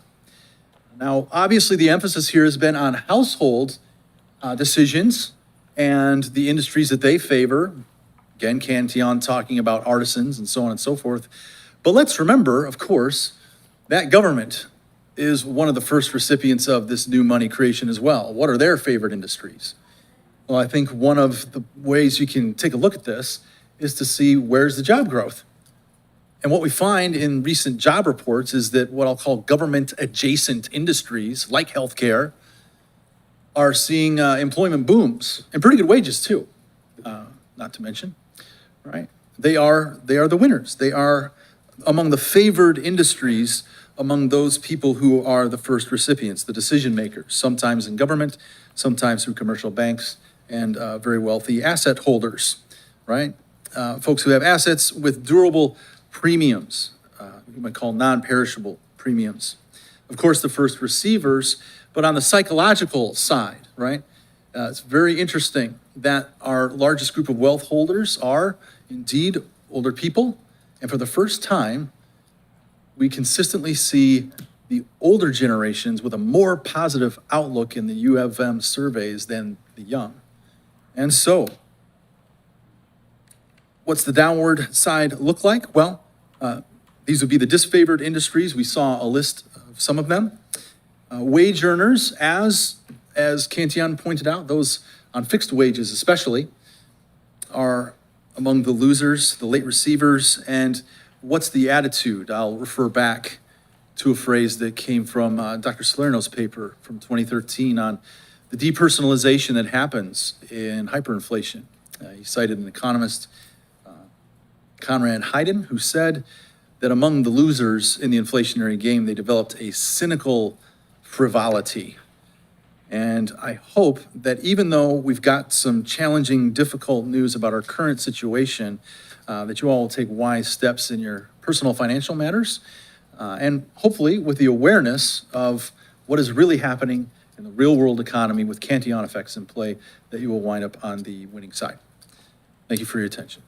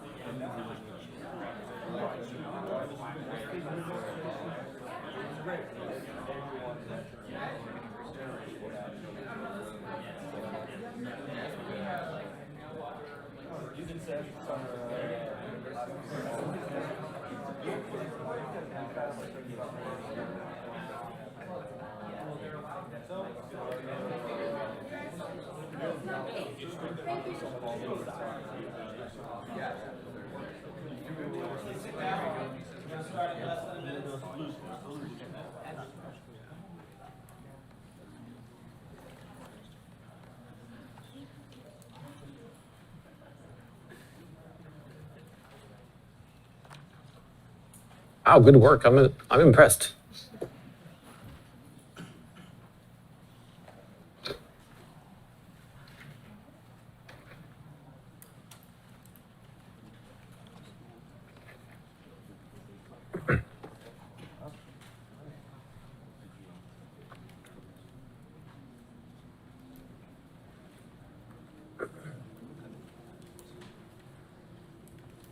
All right, let's get started. So this lecture is going to be on Austrian economics in business. It's a little bit of a different take. I'm going to apply some of what you've learned so far this week and make it a little more useful, maybe in practice for running a business, for starting a business, and for understanding what businesses do in the economy. So it's not big picture as much as the previous lectures, instead I'm going to apply those lessons. But to start, I wanted to dunk a little bit on regular mainstream economics. Because what can economics teach us about business? And one way to answer that question is to look at the definitions of economics. So I consulted dictionaries, and Merriam-Webster has that economics is the social science that studies the production, distribution, and consumption of goods and services. And Britannica says that economics is the social science that seeks to analyze and describe the production, distribution, and consumption of wealth. In other words, what can economics teach us about business? Pretty much nothing. It's not really helpful. If you've taken a course in managerial economics, which is taught in many universities, you know that it's all about how to maximize the production function within the firm and how to minimize waste and maximize profits using math. If you ever get a job, then you'll see that that doesn't really help you a whole lot in running a business or even being in a business. Instead, you have to focus on other things. And Austrian economics is surprisingly helpful here in business, in the practice of business. It's different already from the beginning. So if you look at already Carl Menger in his Principles of Economics, 1871, he talks already about, well, production, of course, what is an economic good and things like that, but also the business. And running business is actually at the very core of his discussion. He says that the process of transforming goods of higher order into goods of lower or first order, that is taking factors of production, taking them through these stages and producing capital goods and refining resources and making them into consumption goods, it must always be planned and conducted with some economic purpose in view by an economizing individual. So there you have the individualist perspective too, right? This individual must carry through the economic computations of which I have just been speaking, which you have to read the book to know what he's speaking of. And he must actually bring the goods of higher order, including technical labor services, together or cause them to be brought together for the purpose of production. This is sort of a far cry from supply and demand curves and shifting the curves back and forth. This is very much more down to earth, practical. This is why we sometimes refer to the Austrian School as a causal realist, right? It's realistic because it's actually talking about the economy as it works, as it actually, what it actually looks like, and how people actually act in the economy, with all their flaws, of course. So the economic problem, as the classical economists as well as Austrians recognize, is really the problem that businesses address, in a sense. It's economic production of goods and services for consumers to satisfy wants. And that's where Menger also starts, right? He says that economic goods are whatever consumers define them as, because it's whatever that we can use directly in an act of consumption to satisfy our wants. And we actually engage in productive efforts and in production in order to produce those goods, to make the world more useful for us as in humanity, so that we can satisfy more wants using whatever is around us. We don't have to wait for just nature itself to produce apples and carrots and whatever else, but instead we can use nature in different ways in roundabout production to bring about goods that are more suitable for us, and also more goods to change and tamper with, in a sense, nature to make it more useful. And of course we do this, we try to maximize the value we can get out of those resources that the world provides us at different points in time and over time as well. In all this, production necessarily must precede consumption. This is something that Keynesians don't really understand. But obviously, and I think it's obvious to all of us, that you have to bake a bread before you eat it. Anybody disagree? No? Because Keynesians, they start by eating the bread and then they go about baking it, which is a little strange, but that's what they, at least they teach, that this is how it's done, right? What this means is that we have to start with figuring out what to produce and then how to produce it, and go about dedicating resources to making these goods reality. And we also know that in the market economy, our ability to demand, which means that it is our willingness and ability to pay for a product, to offer something in exchange so we can acquire it in the marketplace, is really constituted by our supply. So its core in the market economy, this is basically Say's law, right? Or the law of markets, as it was called, is that we provide valuable services into the economy, and based on the value that we contributed, we have the ability to demand goods from others. And therefore we have trade and exchange, and we have specialization, and we can engage in production and so forth. The driving force behind all of this, of course, is the entrepreneur. The entrepreneur, or entrepreneurship, is what drives the whole market process forward, decides what products and services are to be produced, in what manner they are.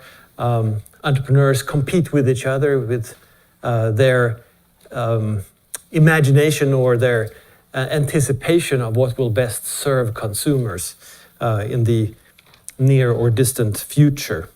But what they're all doing is speculating on what will be of greater value for consumers. There's no knowing, and there's no knowing the value of something, and there's also no knowing of what will satisfy consumers more than other things.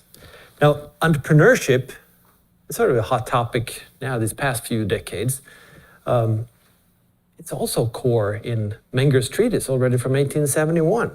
He talks about what entrepreneurship in real life, realistic, everyday sort of business entrepreneurship, what that means.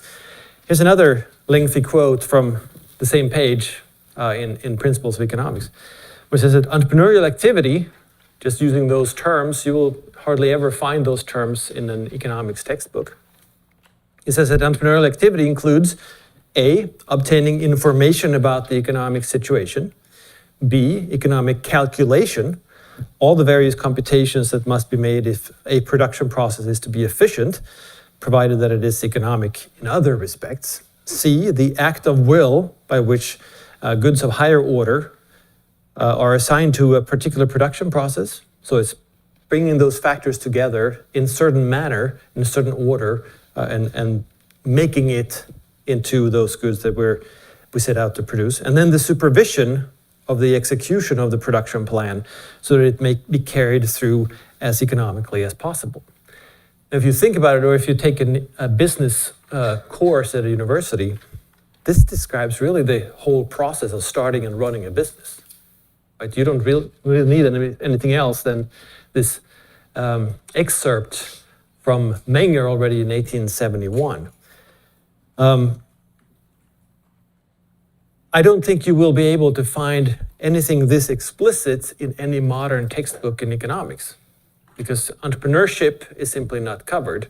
Entrepreneurship has been expunged from economics because it doesn't fit with the models. You can't really place an entrepreneur in any mathematical formula, or as I ask my students sometimes, when you have the economics gang sign, you notice supply and demand, you put that on the board, and can ask the students, where is entrepreneurship in this? There's nothing. I mean, the entrepreneurship either precedes it by creating the supply that is offered for sale, or it is what takes place afterwards by creating new supply and creating new value, sort of breaking up the equilibrium that is there. So what the heck is this then? Because in the market economy, the real economy, obviously there's entrepreneurship all over the place. There are businesses doing things, and they're inefficient but making profits. They're figuring stuff out, and they're satisfying consumers. So Austrians recognize that a core problem in economic production is, I usually summarize it like this: the value is greater than price is greater than cost, meaning simply that you have a successful business if the value you produce to the consumer is higher than the price that they will pay for it, because that simply means that they're willing to pay for it, of course. If they get more value than they give up in procuring the good. And if the price you can charge for the product is higher than the cost of production of this product, because then you can make a profit too. Now, what is problematic with this? Well, the problem is that production goes in one direction. So when starting any business, you start with a cost.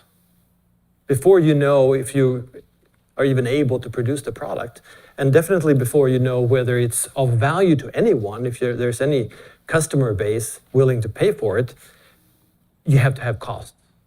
So you have to dedicate resources, hire people, start and register the business, sign contracts, get a facility or what have you, put all those things into a production process. Well, those are all costs, and they have to be covered before you can even start talking about the product, and then the price, of course, too. Because production starts with costs and ends with sale, a lot of people make the mistake of thinking of the business in exactly this type of sequence, which means that they start with the cost, and I think this is probably the most common way of failing as an entrepreneur. It's you want to produce something, so you start with the cost, you calculate how much this is going to cost, and you look at different locations, perhaps, and the rent, and the materials you want to use, and what have you. And then from there, you go, well, yeah, I need some sort of profit too, so the cost of this widget that I'm producing is $80, and well, it would be splendid to have 25% profit on this. So, okay, then my price is 100.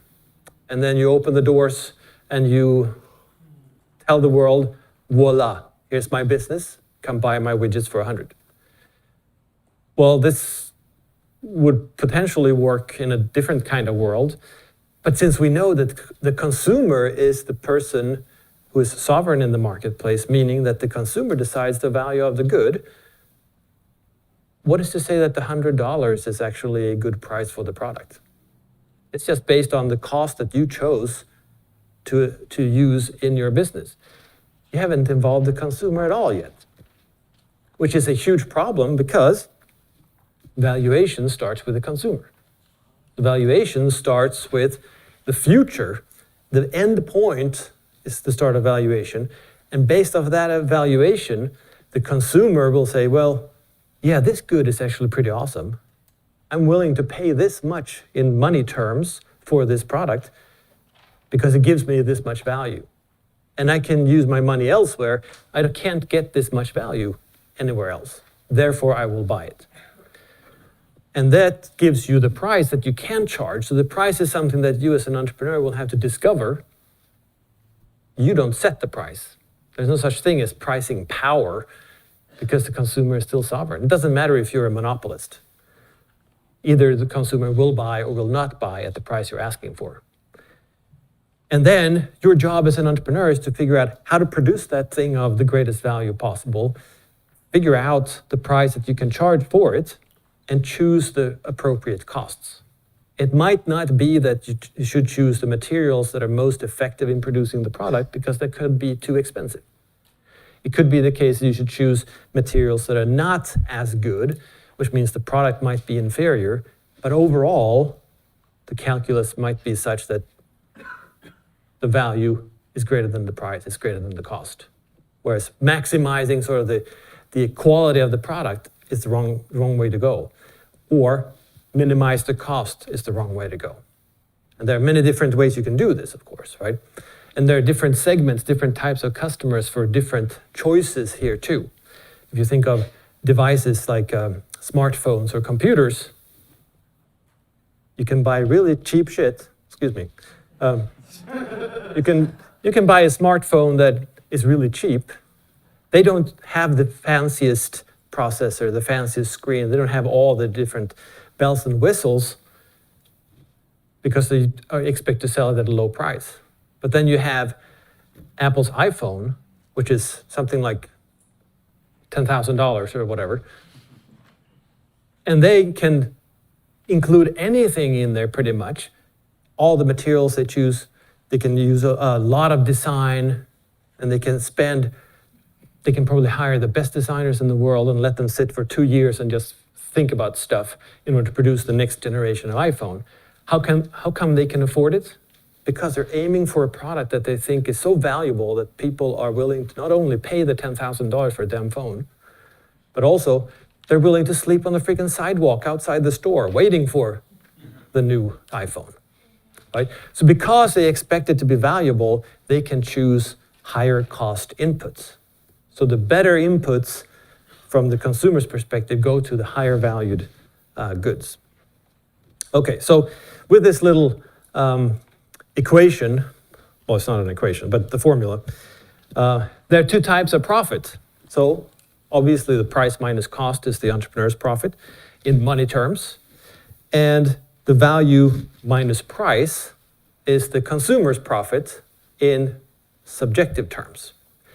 Now, if you can, this gives you some insight into how to run the business too, for the simple reason that, well, as an entrepreneur, yes, you can put a higher or lower price on something, but the lower the price, the greater the difference to the value, which makes it easier to sell.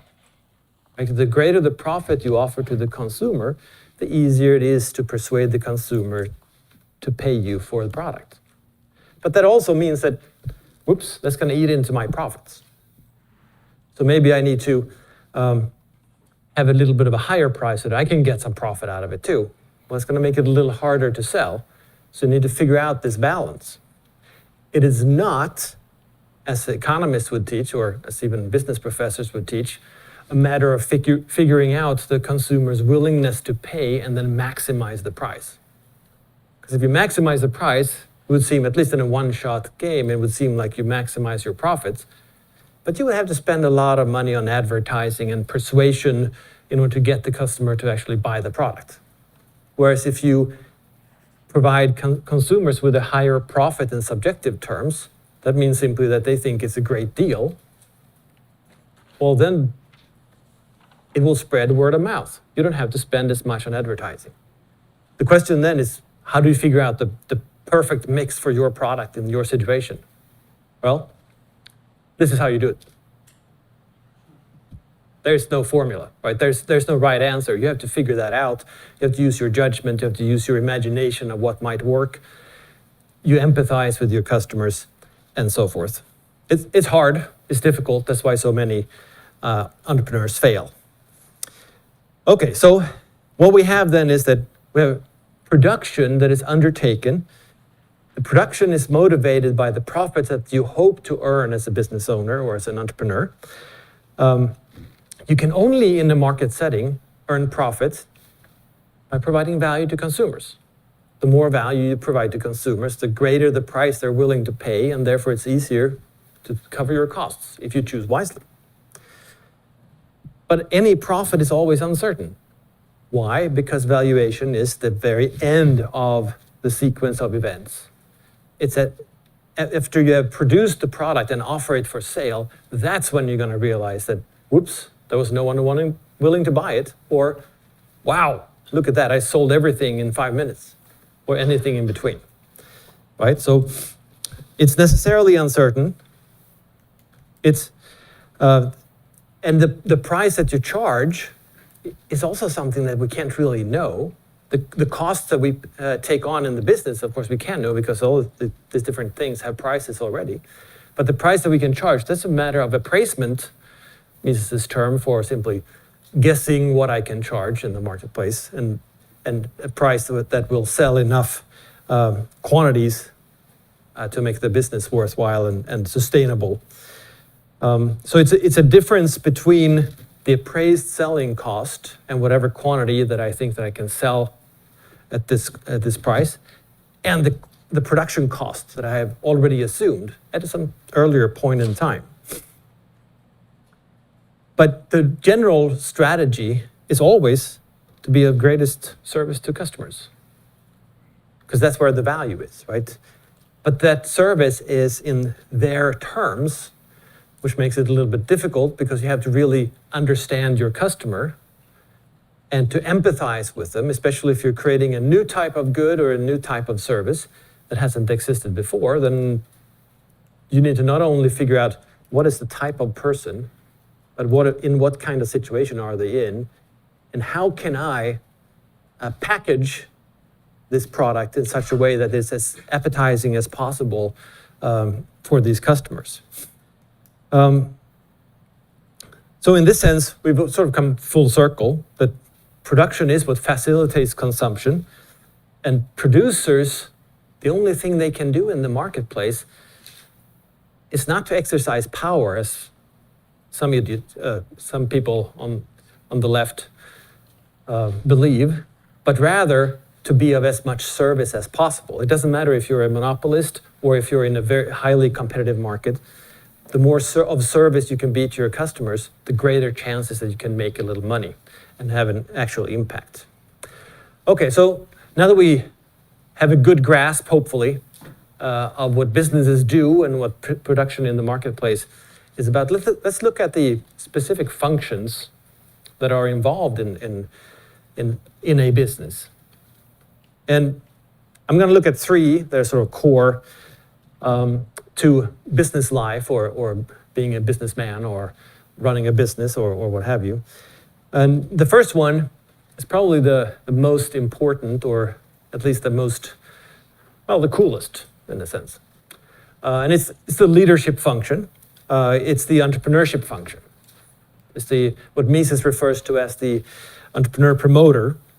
And the entrepreneur promoter is the person or group of people imagining a new type of good or service or a new type of production apparatus, a way of producing something that will be of great value, or at least that's the anticipation, right? So the uncertainty bearing, we saw that before, the uncertainty bearing is in the fact that you have to choose your costs now to get paid a price for the product later. And you can't know the price. The price is something that the customer will decide whether they will pay or not. So promoters, in Mises' terminology, they would be the ones to invest in something new that hasn't been tried before, or make it new in a way, a previously existing good, but make it new or available in a way that no one has seen before, and make it valuable in the eyes of customers in a new type of way, and betting on, with actual financial and other resources, betting that it will be profitable because it is of greater service to consumers than what other producers are producing. So this is basically innovation, right? And innovation in the sense of creating new value for people. Innovation is different from invention, which is just a new thing. But new things can be completely worthless.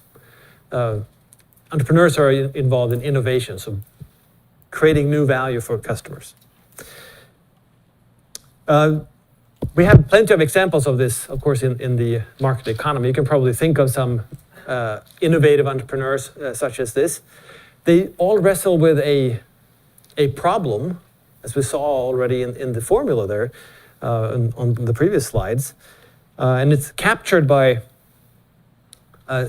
many of these entrepreneurs.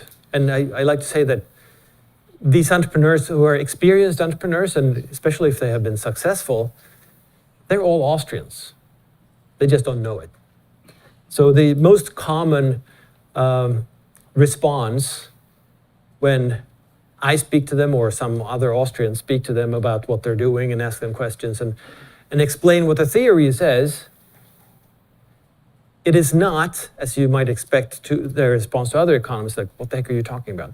That's not the response. The response is, exactly. I just didn't have the words. That's exactly my experience. Because Austrian economics is real, and we do explain reality.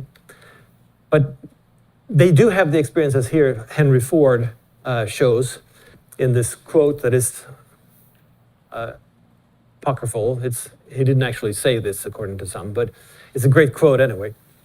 Where it says that had I asked my customers what they wanted, they would have said faster horses. Because very often the customer doesn't know what they want until they see it. So the creation of new value in the marketplace is something that entrepreneurs, they have to imagine and bet on it before they will see if it is of actual value. That's why it's so hard to be a successful entrepreneur. Imagine if you could only go out there and ask customers, hey, what kind of device would you like? And they would give you, oh, well, actually, I have a blueprint in my pocket. Could you produce this, perhaps? I'm willing to pay exactly $995 for it. That's never going to happen, right? And of course, they're willing or not willing to buy a product in a future situation where they're choosing from a set of different products, and no one really knows what those products are going to be because they're all created by entrepreneurs trying different things. So there's simply no way of knowing. So you can't ask your customers.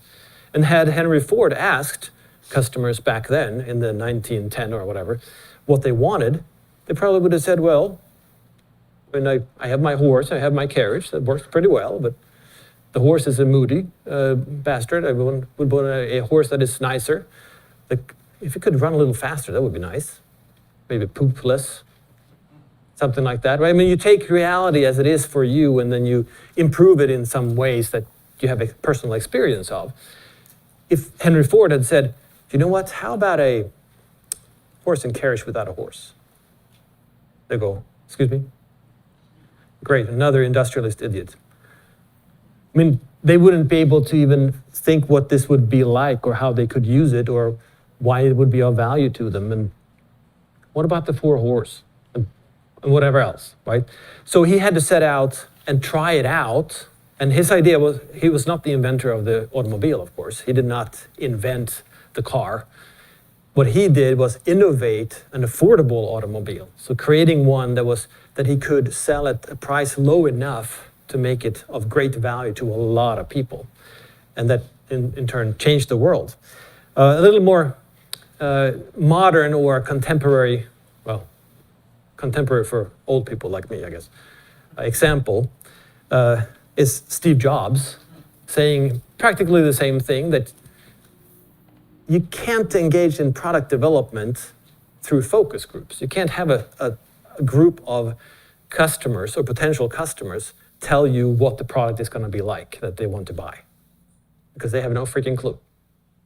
They would all say faster horses, right? So you can't do that. Instead, you have to step ahead, take a couple of steps yourself, imagine what they might like, and then create it and basically ask them, is this of value to you? Can you buy this? Please. And even if you ask them in advance, they're still not going to necessarily commit to buying it, as many entrepreneurs know. I mean, the good methodology for entrepreneurs is to involve the customer as soon as possible. to learn more about them, to get feedback on the product, and to understand their thinking and their valuation of it and things like that. That's what we teach in entrepreneurship. Still, entrepreneurs fail. Why? Because if you ask someone, so I'm thinking a product something like this, would it be worth $100 to you? Oh yeah, they say, that would be cool. Okay, and then you go about producing it, and you say, here it is, $100 please. Not really. Because then they have something else in mind, and there are other options available, and it didn't turn out exactly as they envisioned it themselves. And well, I mean, there's a date night is coming up, so I better have money in my pocket or whatever, right? So they still will not commit, even if they said that they would. So it's very difficult, right? Okay, another function is the function of production management. So the first one, leadership or the entrepreneurs, is the function of determining what should I attempt to produce and how should I go about doing it. Not necessarily in detail designing the process and things like that, but what type of product should I produce? And is there value here? Is there potential profit? And is the profit going to be high enough? The manager, as Mises puts it in Human Action, is the junior partner of the entrepreneur. The manager is hired by the entrepreneur to run the business unit, to figure stuff out in the business unit. And specifically, this is the fourth point of Menger, right? The manager's role is to supervise the production process, specifically to cut costs. And this is for a production process that already exists. You can improve the process. You can figure out, well, maybe we should use this machine instead, or maybe we should use more people, less machine, things like that. But the end is still the same. You're still aiming to produce the same type of product. That is the product that the entrepreneur envisioned, right? So the whole production undertaking is the entrepreneur's decision, but then figuring out how to make the most out of it is the manager's decision. So what the manager does is simply try to increase the profitability of the undertaking after it's already been proven that there is profit here, or there's a potential anyway here. So management, I'm going to rely on Peter Drucker here, who's a famous scholar in management. He was not formally an Austrian, but damn close. And I think he was a personal friend of Mises's and things like that. So he knew very well Austrian economics, which of course makes him a good management scholar. But what he says is that management is doing things right. Leadership or entrepreneurship is doing the right things. And that's exactly right? Doing the right things, what should be produced and when, that's the entrepreneurial problem. And then, how do we produce this in the right way? That's the management of the production process. And there's another quote also by Drucker, the management is about human beings. I don't know if you agree or not, but that's what he said. Its task is to make people capable of joint performance, to make their strengths effective and their weaknesses irrelevant within the production process, right? Get rid of their potential conflicts, try to make them work well together towards the common goal in production. And of course also make decisions on whether to use machines or people and to what extent and so forth, right? That's what management does, but management is nothing without the entrepreneurship. If there's not an entrepreneur first, there can be no manager. Management without an entrepreneur just simply does not exist, except in politics maybe. Okay, the third function in business is the business firm itself. So the business firm is, at least the way I see it, it's the coordination of the production undertaking by the entrepreneur. An innovative promoter entrepreneur who creates something new and puts it in place in the marketplace, well, he has to coordinate that whole production process. You can't just contract with different specializations in the marketplace and buy those services and put them together easily, because then it wouldn't really be much of an innovation. It's already there. So the novelty of the production lies in figuring out maybe new expertise new types of tools, new way of doing things, and then combining them in a certain way and figuring out how to do that in a good way. And it's really about creating new types of specialization that don't really exist yet and making them play well together in effectively producing this new type of product. I call it an island of specialization within the market, which of course is specialized too, but the firm tends to be of greater or more intensive specialization internally than externally. And we've seen this throughout the history of economic thought, that people sort of recognize this. Adam Smith, when he talks about the division of labor, he exemplifies it with the pin factory. Well, the pin factory is obviously within the firm. He just doesn't recognize that. And then you have another great economist, Karl Marx. Yeah, that was a joke. But he recognized that the market economy is specialized, but within the business firm, or the manufactory, as they called it, the division of labor and specialization takes a different form, and there's a different degree of specialization within the firm. And of course, his conclusion was that because workers specialize much more intensively within the business, they are alienated from the value of their product, and therefore there's exploitation.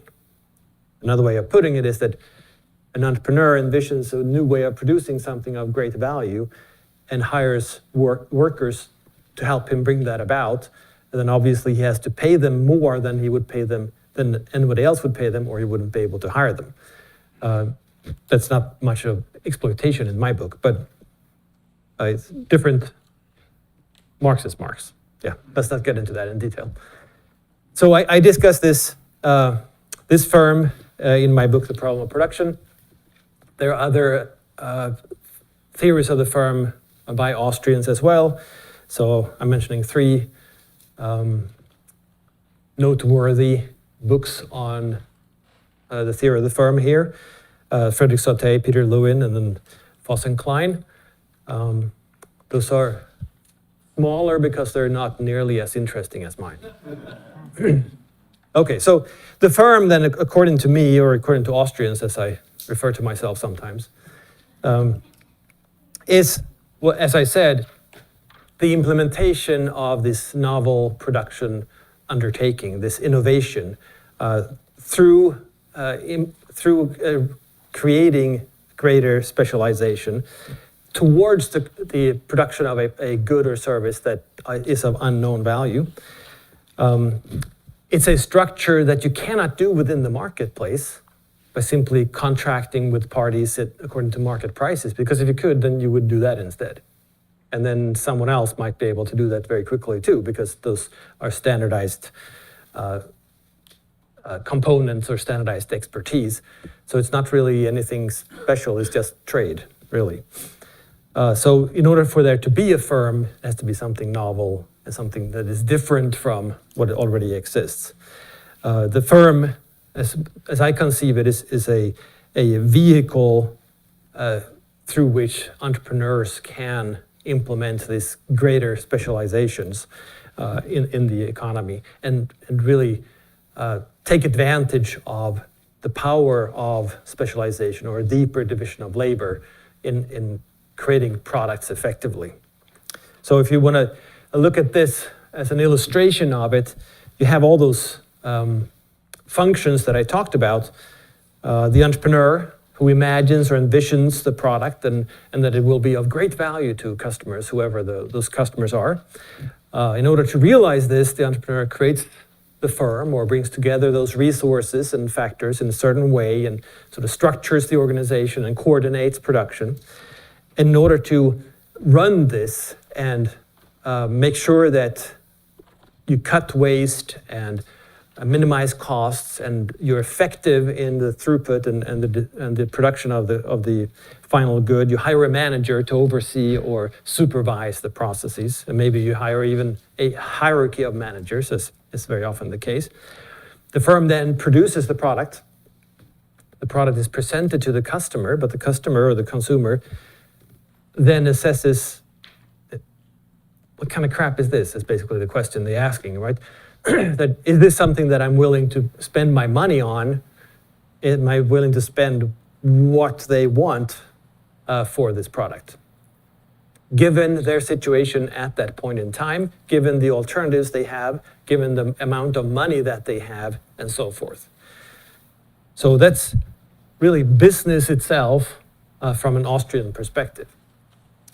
Okay, so if we look at what we have learned thus far, then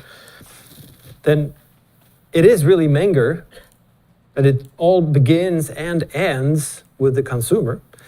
The consumer is sovereign in terms of assessing or valuing or evaluating what is produced, goods or services. They choose to whether to buy or not and at what prices. They choose not only the thing, right? We know the subjective valuation of what is offered is not just the thing itself, it's the whole experience.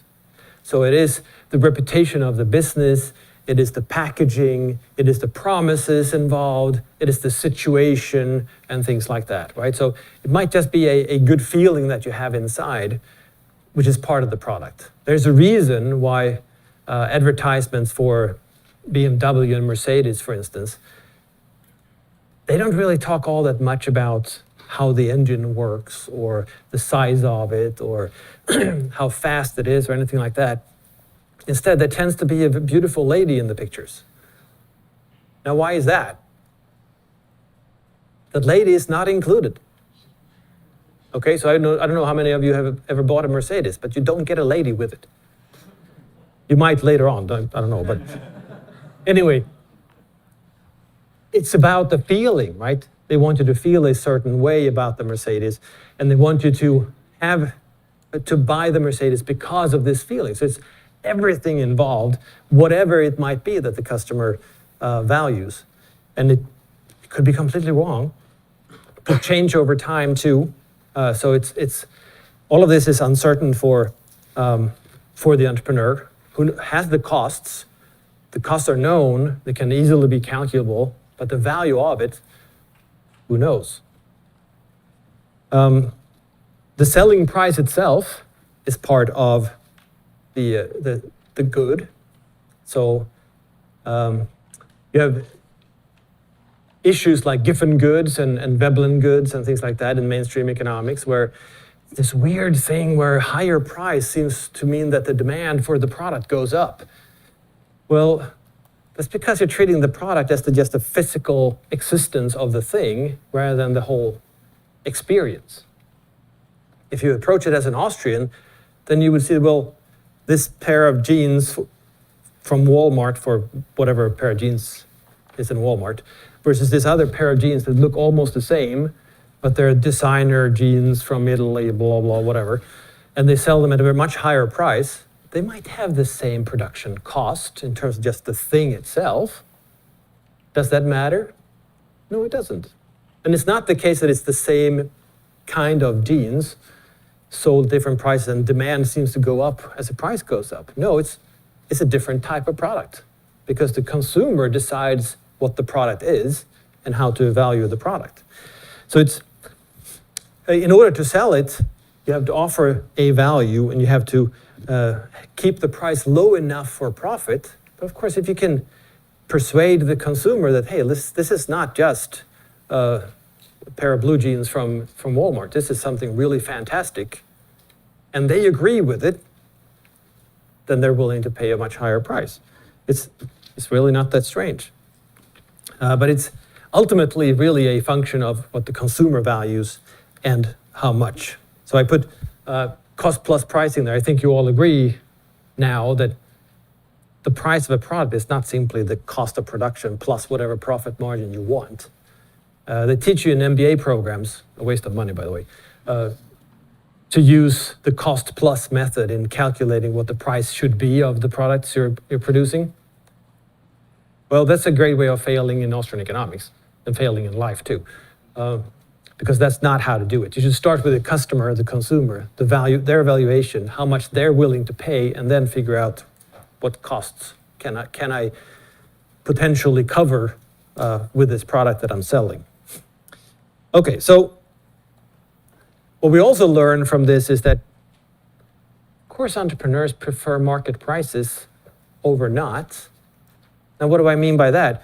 Well, simply that if it is the case that you have to buy all these resources and then figure out how to combine them and use them internally, and then much later sell, that's a much uncertainty and a greater chance at failing than if you can just delegate into the marketplace and buy those services straight off. Because then you have already, that's the economic calculation argument, right? Then you already have the market's evaluation of those resources, and you can piggyback on that instead of trying to figure it out on your own. So an Austrian entrepreneur would outsource functions within their business as soon as possible to not bear the burden of uncertainty. Instead, let the market take care of that, right? So you would see Austrian businesses, they would diminish in size, they would reduce the scope of the business as soon as possible to take advantage of the marketplace. And the firm itself is just a temporary solution, because as soon as the marketplace copies what you're doing, others do copy it, and it becomes standard components, the standard ways of producing things, then of course you would put it on the market instead. So the firm itself is just the temporary solution that when the promoter entrepreneur implements this novelty, when it's not novel anymore, it's not a firm. Then you can just put these things together in the marketplace. So the main task of the entrepreneur is to, this is just a summary, right, is to imagine how to satisfy consumers. The value is first, and then you economize on and you choose costs based off of the value and the appraised price. And you bear the uncertainty of this speculative production investment, simply because the selling price is unknown, but the cost is not. The main task of the manager is to supervise this production process that the entrepreneur puts in place, maybe together with the manager, who knows, but the entrepreneur is the decision maker who decides to invest in making this production real. And then the manager tries to cut the costs and increase the profitability of the enterprise, and thereby increase the life of the enterprise. Because as long as it's profitable, if you can cut costs and figure out better ways of producing and maybe improve the product a little bit by just tweaking things, then you can earn money longer. And that's a good thing, right? Because you're producing more value for consumers too. Okay, so to summarize then, the entrepreneur, the role of the entrepreneur is to answer one question: how can I best serve consumers? Or more abstractly, how can consumers best be served? How can I produce the greatest value possible? It is the function that directs resources, but it's really the function that creates the future economy by putting in place new businesses and killing off businesses that have sort of done their thing. The manager, in contrast, answers two questions. How can we strengthen the existing firm's value proposition to the consumer? How can we tweak the product a little bit to make it better? How can we cut costs so we can offer it at a lower price and thereby make a greater profit for customers? And how can we operate in such a way? How can we change the organization so that we make more money? Which means that you, as I said, extend the life of the business that the entrepreneur put in place. But whenever the entrepreneur finds a better opportunity that promises greater profitability, or other entrepreneurs find ideas that they think are more profitable, the business is not a good option anymore. And you would probably go out of business or will be bought up by someone who expects to earn more profits. Thank you very much.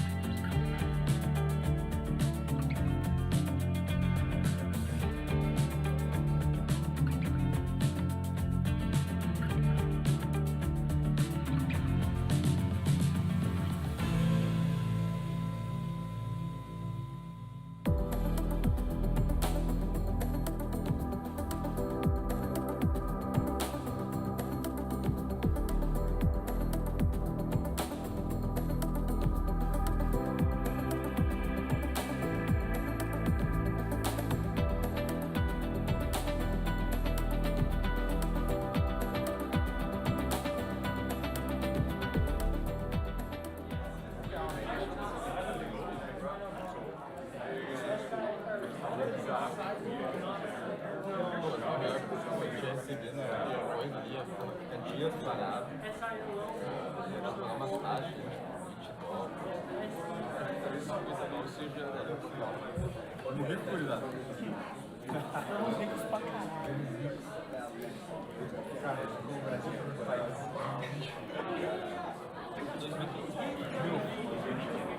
Mas é uma bagunça, né? Salário eu vou pegar um camarote.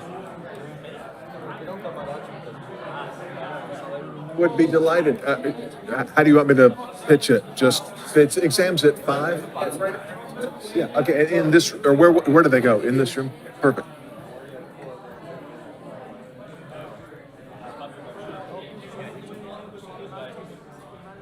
Okay, ladies and gentlemen, if you could begin taking your seats.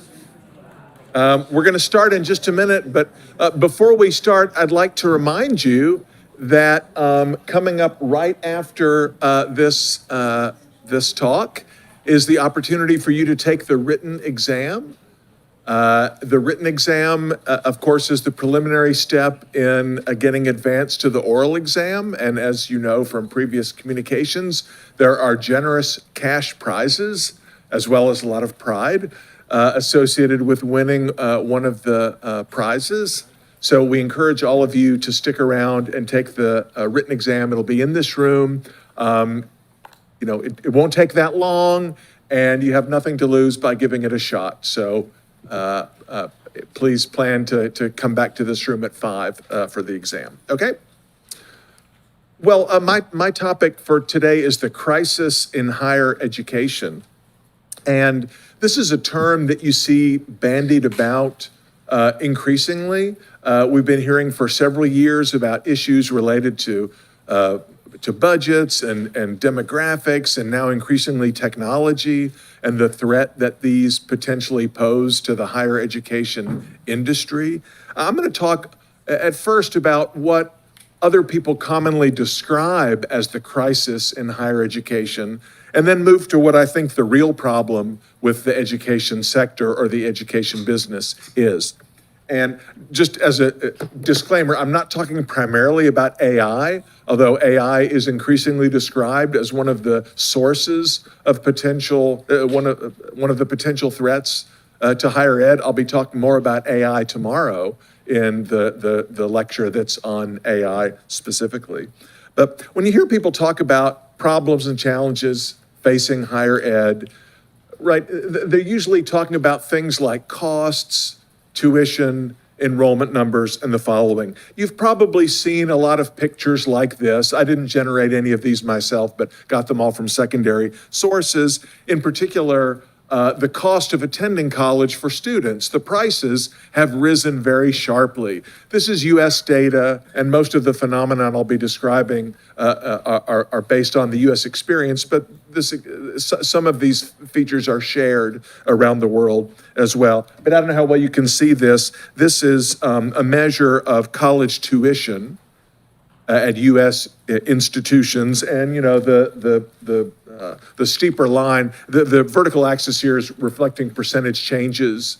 So this is the percent change in higher education prices, and then the flatter line represents inflation, a percent change in the price level. And of course, I don't know if you can read this little legend. It says, average college tuition and fees have increased by 1,200% since 1980, while inflation, by which they mean the price level, has only increased by 236%. So as people at this conference are probably concerned with that second number as well. But the point is that tuition has risen an order of magnitude more rapidly than inflation. And again, this is primarily true in the US. It's also true in the UK, where tuition has increased roughly on par with tuition in the US, to some degree also in Canada. Now, in the EU and in many other parts of the world, tuition remains highly subsidized by the state. So the increases have not been as sharp, but there are other factors that are at play in those countries as well. Related to tuition prices, tuition rates, of course, are levels of student and household debt.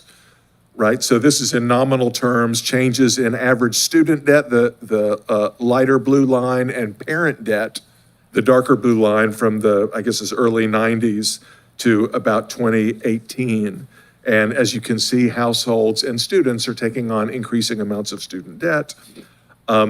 If you look at the cost of delivery, this is an estimate of the per student cost by the university. In other words, the expenditures per student. Those have also been rising sharply over this same period. What's driving increases in expenses faced by colleges, and then the increases in prices colleges and universities pass on to students? Well, I mean, one commonly identified culprit is the growth in administrative positions relative to faculty positions. Okay, so the orange line represents the number of faculty positions at U.S. colleges and universities. This is from the mid-'70s until about till 2010, 2011. The flat blue line represents the sort of top-level administrative positions, department chairs and deans and provosts and presidents and chancellors and so forth.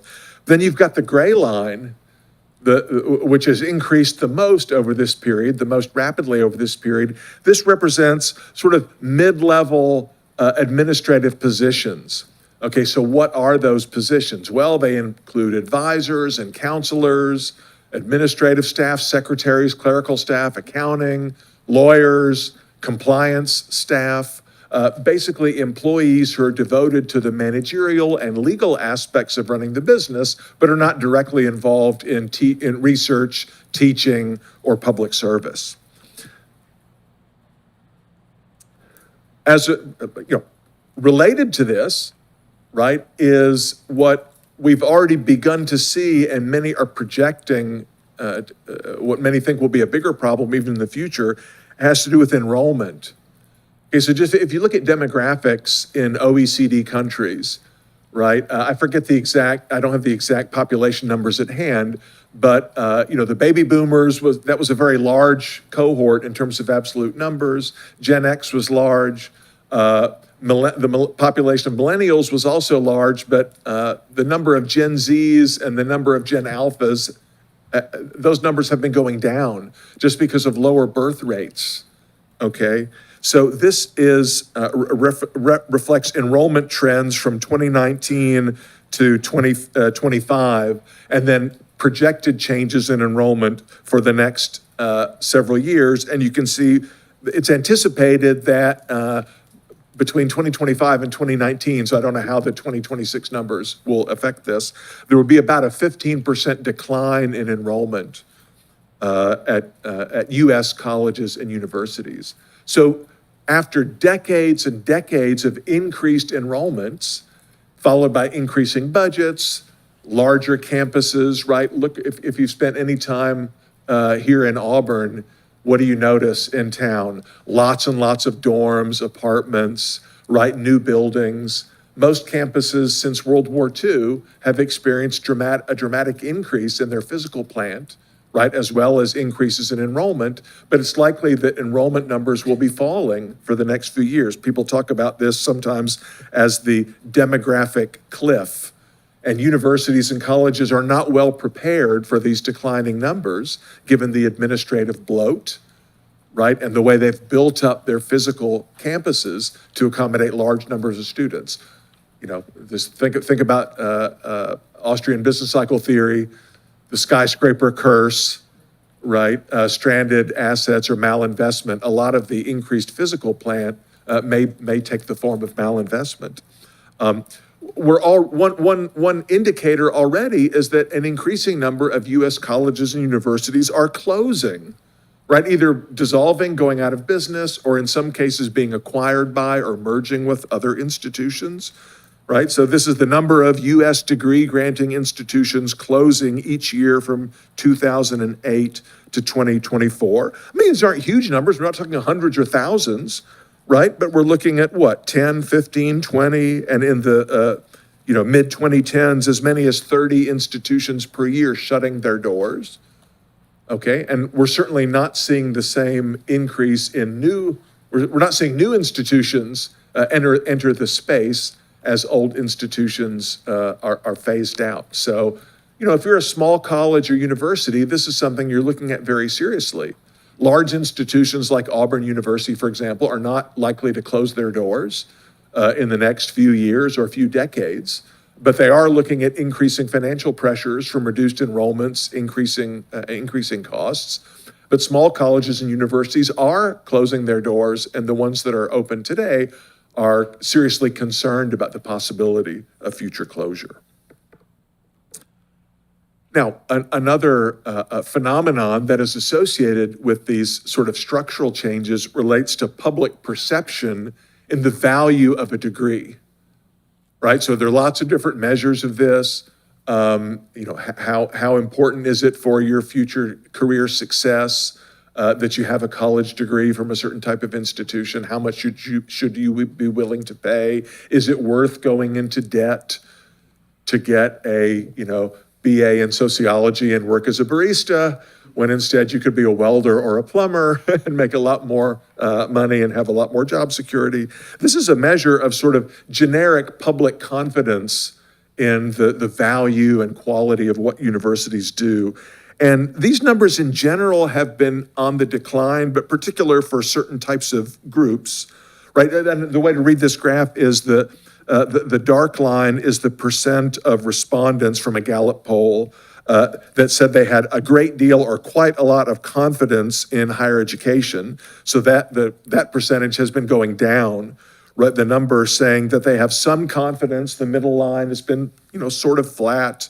But then the percent of respondents saying they have very little confidence in higher education, the dashed line, that number has been steadily on the rise. So as of this year, 2026, 38% of respondents thought colleges and universities are great. 37% said they're meh. And about 25% were seriously concerned that these are not positive net contributors to American society. I mean, those numbers are certainly concerning to people in the industry. Some other trends that are worth noticing and that have been a cause of concern to some is, what's sometimes described as the amenities arms race, right? So colleges and universities are increasingly investing in fancy dorms and a great rec center, a rec center with a climbing wall. This is Baylor University's student rec center. Your university or college may have something similar. Better dining facilities, having esports arenas, wellness centers, all kinds of, the amenities associated with, a fun college experience. Also, I mean, if you've wandered down this street right here, Donahue, especially those of you who are not from the U.S., you may have wondered, what is this giant concrete structure that's just down the road? That's the football stadium, right? I don't know if you followed all the adventures of Freddie, the German guy who was tweeting about his experiences in the U.S. Watching the World Cup, but there were lots and lots of reactions from European fans, or fans from all over the world. They played a World Cup game here at Jordan-Hare Stadium, and people from outside the U.S. are saying, wait a minute, this is a university athletic stadium? What? This is like fancier than the pro stadiums that we have everywhere else in the world. Why are these giant multi-million-dollar semi-professional athletics programs part of the university? It doesn't seem connected to the library or the classroom, right, or the lab. Universities are also, in my own area, increasingly investing in, entrepreneurship and incubation programs, having, technology transfer and patenting and, labs and spaces to try to help students to start companies. Every university wants to be the next Stanford, and their community to be the next Silicon Valley, or a bunch of big companies, especially in tech. Now, of course, in AI and bio and so forth, will be spawned or launched from their campuses. Again, these things would have been quite shocking to faculty or students, at Oxford in the 14th century, or any American college or university 100 years ago. There's also this sort of, perceived decline, especially in the humanities and the social sciences. More students are interested in engineering and business and nursing and other practical programs. Far fewer philosophy majors, English majors, sociology majors, anthropology majors. Is that good or bad? I don't know. But partly that's a response to the perceived woke takeover of certain fields of study. But, if you believe in a classical education, as most of us do, right, and you think that students should be exposed to the humanities and the social sciences and economics and so forth, you should be concerned, right, that fewer and fewer students are interested in learning those core disciplines, more interested in, sort of vocational programs. What will get me the best job when I graduate, right, is this, rightfully so, is the student's main concern. This reflects, a change in how people view the role and purpose of education. Okay, all of these trends are significant and they're indicators of something, but what is the fundamental underlying problem? What is the underlying structural issue with the higher education sector as it exists today and as it has existed for many decades? That's what I really want to spend most of my time talking about. So I want to ask things like, well, what exactly is education? What do we mean by education? What is this thing that colleges and universities and other institutions are trying to provide? What are its characteristics? Where does it come from? And then how is it organized, right? What are the characteristics of the industry in terms of the nature of the products produced? What's the role of government intervention in transforming and affecting this sector? Okay, first of all, what is education? Well, there have been lots of interesting discussions online. I've participated in some. Earlier this summer, I was attacked by Chris Rufo and some of his followers and engaged in some lively Twitter battles, which were fun. I also participated in another academic Twitter debate on great books programs, which took place, 3 or 4 weeks ago. And one of the issues that often comes up in these discussions is that, well, you economists and others who want to talk about, cost and the role of the consumer, you're missing the point. Education is not a commodity like a computer or a car or a pair of shoes or a bushel of wheat or whatever. It's something fundamentally different. It's a more abstract and generic thing. So Zena Hitz, who's a scholar whom I greatly admire, pointed out in one of these exchanges, says, look, the point of education, the issue under discussion was, now that we have AI, right, ChatGPT can generate a reading list and can answer the questions that I as a student want answered more effectively than a teacher in a classroom. Why do I need the teacher? And the response was, the point of education is to form preferences, not to pander to them. Right? In other words, you've been learning all week that, what kind of shoes will entrepreneurs provide in the free market? Well, the kinds of shoes that consumers want to wear, right? What styles of shoes, how many shoes, what will be the price ranges of shoes, blah, blah, blah, blah, blah. Well, we can't say that ex ante as analysts, right? We say, well, we will let the market decide what kind of shoes will be profitable for entrepreneurs to produce. Okay, is education like that? Well, if you believe that education is a special kind of good, it's not like shoes where consumers know what kind of shoes they want, and the shoe entrepreneur's job is to deliver exactly that.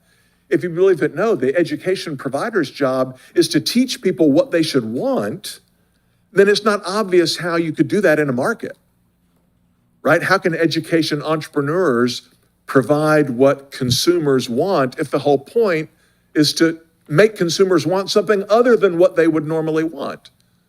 Okay? So the problem here, I think, is that this kind of thinking represents a sort of category error.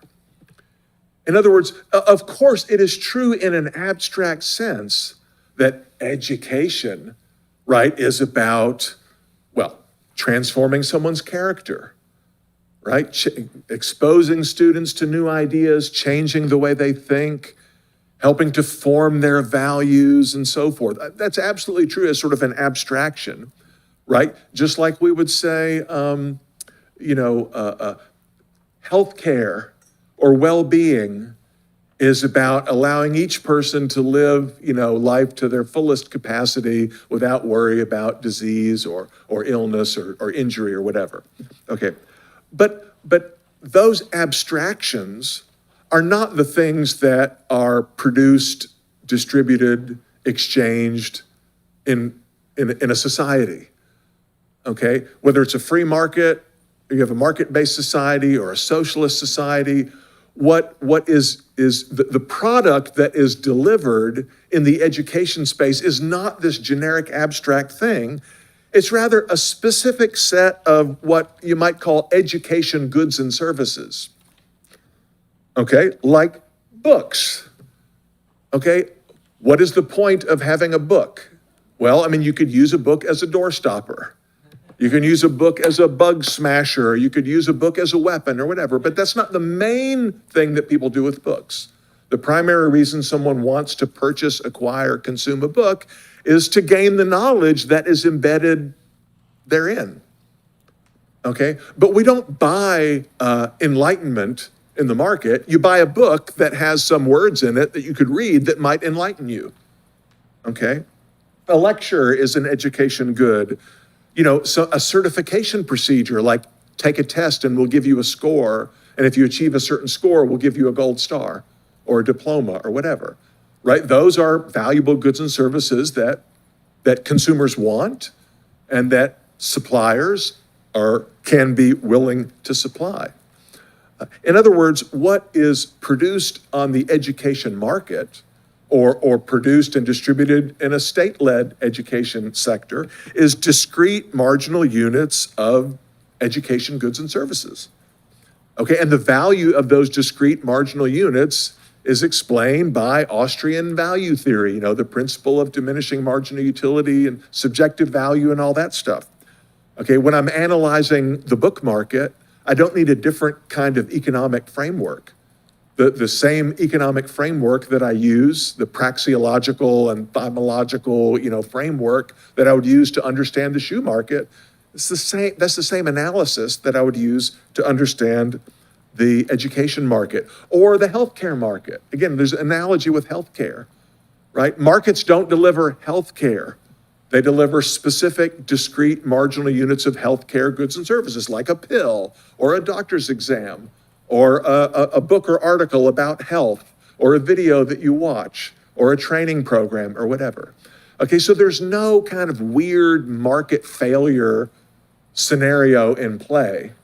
Now, sometimes you'll hear your econ professor say, oh, well, you can't, education is different, and healthcare is different, and these other things are different because they're public goods, or they have positive externalities, et cetera, et cetera. You've already had some discussion in other lectures this week about those concepts, right? But the existence of positive spillovers does not mean you can't use standard economics to analyze the production and distribution of that good or service. Now, education is sometimes described as what they call an experience good.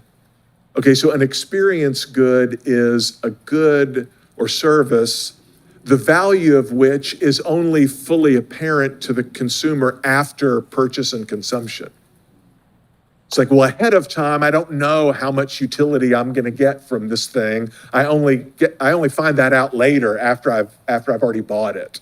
And so, you often hear this is described as another potential kind of market failure situation. And yeah, of course, it's true. If I hire a personal trainer, the thing that I want is get me in shape. Okay, that's the consumer good. That's the outcome that I desire. And I know I want to be in shape. And maybe I have some idea, of what that means in terms of how I'll look in my, Instagram selfies with my shirt off or whatever. Okay, but what do I need to do to get in shape? Well, that's the thing that I'm buying, right? I'm purchasing the advice of the more experienced specialist to tell me what things I need to do to achieve my ultimate goal. Or, say you go on vacation. Let's say you go to ancient Greece. You go to Greece, it's still there. And, you want to, you want to do a tour of the Parthenon, and you go on TripAdvisor or these different websites and you try to pick the tour guide that has the highest rating or charges the price that you're willing to pay, whatever. It's like, yeah, I don't really know that much about the Parthenon.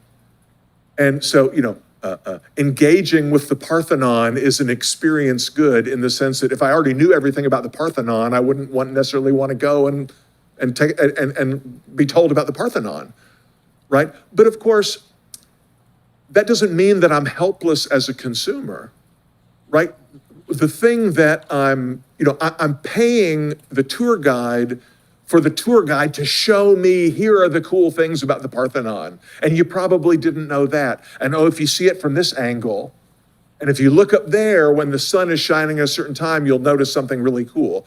That's what I'm paying for. So yes, of course, I don't know as much. The buyer doesn't know as much about the thing as the seller.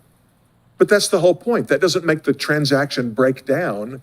The transaction is I'm paying someone to tell me something I don't already know. But becoming more knowledgeable about that thing is what I'm paying for. Okay? So I don't think it's the fact that, education is about forming preferences doesn't mean that consumers of educational goods and services cannot make informed choices about potential providers who will make me learn something I didn't previously know. Okay, I could look at the reputation of the provider, the ranking of the school or whatever. There are third-party review platforms and so forth, just like with lots of other goods and services that we don't know about before we consume them. Okay, so my point is education is not, sorry, I had a line about that. Provider expertise in picking the specific bundle of books that you'll read or lectures that you'll listen to, that's the thing that I'm buying. That's the thing that I'm paying for. So my whole point here is that there's really nothing unique about education in this sense. The standard laws of economics, the principles of praxeology and so forth that you've been learning this week apply to the education sector as much as they apply to any other sector. That's my point. Okay. But moreover, if you think about the education industry, okay, well, I mean, it involves production in the same way that you've been learning about production this week. There's inputs and outputs, land, labor, and capital. And, Mises University or Auburn University has physical plant. There's land and buildings and books and materials and computers and lecterns and all that good stuff. And labor, of course. Okay, there's uncertainty, right? Providers have to exercise entrepreneurial judgment in making investments ahead of time, not knowing exactly what their revenues will be. So again, it's just like any other business in that sense. Education is often experiences, so-called economies of scale and economies of scope. Teaching one-on-one tutoring is special, but if you're teaching a class of 15 people, it's not much different to make it a class of 16 people or 18 people or 20 people, right? The per unit cost to the provider typically goes down with the number of students, with the volume of production. So there may be some economies of scale. And, once you've set up an institution to teach math, you can also probably teach English and you can teach philosophy and so forth. So there's some economies of scope as well. Now, of course, one thing that does distinguish the higher ed industry and the education industry and many other financial services industry and so forth from the shoe industry is the presence of government subsidies. And I'll come back to that point in just a moment. So obviously we don't have a free market in education in any country in the world that I'm aware of. We have high levels of government intervention in a variety of dimensions. We'll come back to that. Industries like education are often plagued by what the economist William Baumol described as a cost disease. It's sometimes called Baumol's cost disease. And this refers to industries that have a high labor to capital ratio. Okay, now that may change with AI, but at the present, let's assume you need a lot of human labor to deliver education, but education does not experience the same kind of productivity gains with technology that we see in other sectors of the economy, like, the IT sector, for example. So the point is, as the IT sector is becoming more productive, wages in the IT sector will tend to rise, right? As Mises explained, increases in the amount of capital per worker lead to increases in wages. Okay, but the higher ed industry is competing for labor with other parts of the economy to attract people to be professors and administrators in higher ed. You can't pay too much less than what those people could make in some other industry that is experiencing productivity gains. So universities end up probably paying more than the discounted marginal revenue product for human labor just because that's the only way they're able to attract employees. Okay, so there's a common problem that affects industries that are don't have the same rates of productivity growth as other industries. What about competition? Sometimes when I'm in these sorts of conversations and I say, well, the higher ed sector is highly cartelized and there's a lot of government intervention, it's not really competitive. I'm told, oh, well, universities are super competitive, like how they compete on the football field, right? Or on the basketball court. Yeah, sure. And they compete for students, and they compete in rankings, and they compete for donations and so forth. But again, this is competition within a sort of cartelized, state-subsidized sector. And we'll talk in a moment a little bit more about what some of these things are, what some of these interventions are. But yeah, of course, there is competition of a sort, but it's on a few limited margins. It's not the kind of competition we see in the personal computer industry or in the shoe industry or in many other sectors of the economy. And if you really think about it, one of the things that is most surprising about the higher ed sector is how little it has really changed over many, many centuries, not just decades. I mean, yeah, the football program and the rock wall and the dorms, okay, those things have changed a lot. But if you look at kind of the core activities of the university, how much is really different from many, many years ago? This is actually a fairly well-known painting from the 13th century of, I think it's the University of Bologna in Italy, one of the first medieval universities. And, you got a professor behind a lectern on a raised platform, and you got students in rows, at desks. I don't know how well you can see, but a couple of them are asleep, and some of them are writing, and some of them are sort of talking to each other. And I guess that's like the TAs in the bottom left-hand corner trying to keep order or discipline. Right, whenever I see a picture like this, and I think about like a modern university classroom, I'm like, well, what's really different besides the PowerPoint, the Hydro Flasks? The dress code is a little bit different, but you still got a person up in the front behind a lectern or close to a lectern, blabbing, and people sitting in rows, listening, taking notes. Some of them are asleep, some of them are talking, whatever. Okay, the basic model of getting people in a physical space to listen to a lecture, to read articles or books, to take tests, to have those things organized into majors and minors, to have a sequence of courses leading to a degree, a bachelor's degree, a master's degree, a doctorate degree, to have faculty who have some kind of, job protection like a tenure system, funding either through wealthy, the church or the nobility or the state. None of that stuff has really changed all that much. Okay, even when we had, even the internet revolution didn't change that much. Faculty say, oh, and everything's digital now. Okay, well, that means instead of handing you a physical textbook, now it's a digital textbook, okay? Instead of writing your essay by hand, now you write your essay on a computer, or ChatGPT writes it for you. But you're still writing an essay. You're still taking a test. It's still lecture, discussion, exam, major, diploma. Another way to put this is, who is the Henry Ford of higher education? Right? I mean, who are the Wright brothers of higher education? Where is the Steve Jobs of higher ed? Right? Automobile production was by hand, and you had a large number of custom models that were very expensive. And then Henry Ford was the first to deploy the assembly line method of production, mass production of a small number of models at a much lower price, very standardized, right? You can have any color you want as long as it's black, Henry Ford famously said. And that totally revolutionized the sort of personal transportation sector, right? Think about like digital music. Who was the first to figure out a way to make money producing and distributing music? It was not the established record companies. It was Apple, right? Think about how the mobile telephony industry was radically transformed by companies like Apple, who were outside of the existing telephone industry, right? Who is the disruptor? Where is the disruptive innovation in higher ed?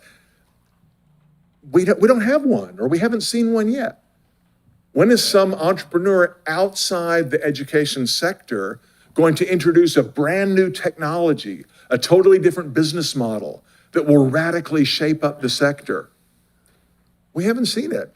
I mean, look, there are a few colleges and universities, new ones that come around all the time. University of Austin, for example. Khan Academy delivers education in a way that competes with established schools to some extent, right? But, your Ivy League schools are pretty much the same as the Ivy League schools from 200 years ago.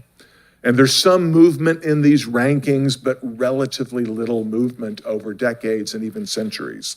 That is really unusual if you look at other industries that are as old as the higher education sector. Okay, how much of this problem is due to wokeism and ideology? I mean, some, but that's not the exclusive problem, right? While discussions about woke are relatively new, the underlying issues are really not. The sort of anti-market, pro-state bias of the intellectuals has been discussed for many decades. Hayek's essay from 1948, The Intellectuals and Socialism, is still worth reading and has a lot of fresh insights for us in 2026. One of the points that Hayek makes is that, it's true that a lot of intellectuals, professors and, pundits and so forth, have an anti-market bias. Well, that often leads people to assume, really smart people are more socialist oriented. Therefore, socialism must, really be more correct because that's what the smart people like. And Hayek pointed out, no, that's an artifact of a kind of self-selection process. So Hayek says, highly intelligent, well-read, capable people are arranged all across the political spectrum, but those who are more kind of pro-market are more likely to select into business or entrepreneurship or law or some field where they're actually engaged in the business world. People who are highly intelligent and well-read, but are kind of distrustful of markets and suspicious of markets and don't really like aspects of capitalism are more likely to become professors or journalists or, influencers or whatever. Okay, so when you see the fact that so many of your professors have an anti-market bias is not because they're smart. They're a subset of the smart people who already didn't like markets and then chose to enter a sector that is fairly hostile to markets.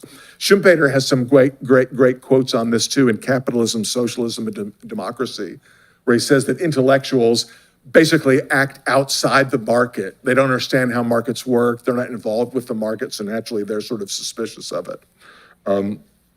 Okay, so in a free market, right, universities would operate just like any other service providers, right? They would be founded and run by entrepreneurs who are competing under conditions of uncertainty to offer goods and services that education consumers want, and the profit and loss mechanism would ensure that the more capable education entrepreneurs are rewarded, and the less capable end up, exiting the market.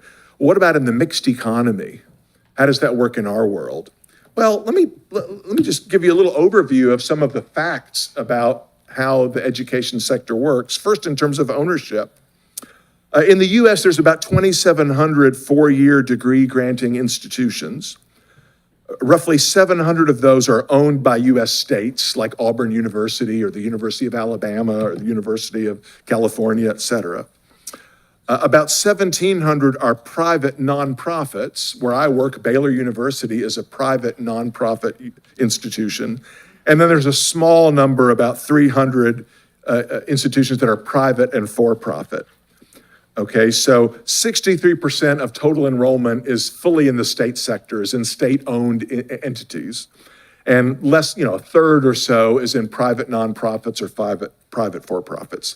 So state entities own most of the institutions. And of course, if we look outside the US, this first category would be even larger. There are even fewer private nonprofits and hardly any private for-profits. What about how they're funded? Okay, so for public universities get about 40% of their revenue from government sources, grants and contracts and direct appropriations from states. The rest comes from tuition and private gifts and so forth. Even private nonprofits, Stanford, Harvard, MIT, Baylor, et cetera, they still get a lot of money from the state. They get 15 to 20% of their revenue from government sources, like government research grants. They get about 35% from tuition and fees. They get 20% from private gifts and loans and about 30% from investment income, these big endowments that you've heard about. Okay, so even the private nonprofits get a lot of their revenue from the state. That's important, right? And if you look at the elite privates, Harvard, Yale, Stanford, Chicago, MIT, they get almost half of their revenue from the state. And that's because they have more research grants, NSF, NIH, big tech and public health sectors, right, that are largely subsidized by the state. The Trump administration has enacted some cuts to those funding programs, but they're really very small changes on the margin. And if you consider government subsidized student loans, an even higher percentage of the revenue from private nonprofits is coming indirectly from the state. Students are paying tuition, but those tuition loans are subsidized by the state. So there is no fully private part of the education system in most countries, even in the US. What about regulation? Well, about 75% of all students at US colleges and universities have some kind of subsidized assistance from Pell Grants or subsidized federal student loans, work study, and so forth. And any university that takes even $1 of this type of funding is subject to a set of regulations from the US Department of Education, okay, about hiring and degree programs and so forth. Accreditation is a big issue as well. To get an accredited degree, you have to be accredited by an official accreditation agency. And these are private entities, but there are only 7 of them in the US, and they all are licensed by the Department of Education. Okay, so the state is essentially licensing who is allowed to issue an accredited degree. And of course, you've got the whole panoply of civil rights laws and privacy laws and so forth. Immigration law, of course, affects the state as well. It affects the sector as well. So the point is, education is among the most heavily regulated sectors of the US economy. Only, healthcare, financial services, defense, maybe can compete in that sense.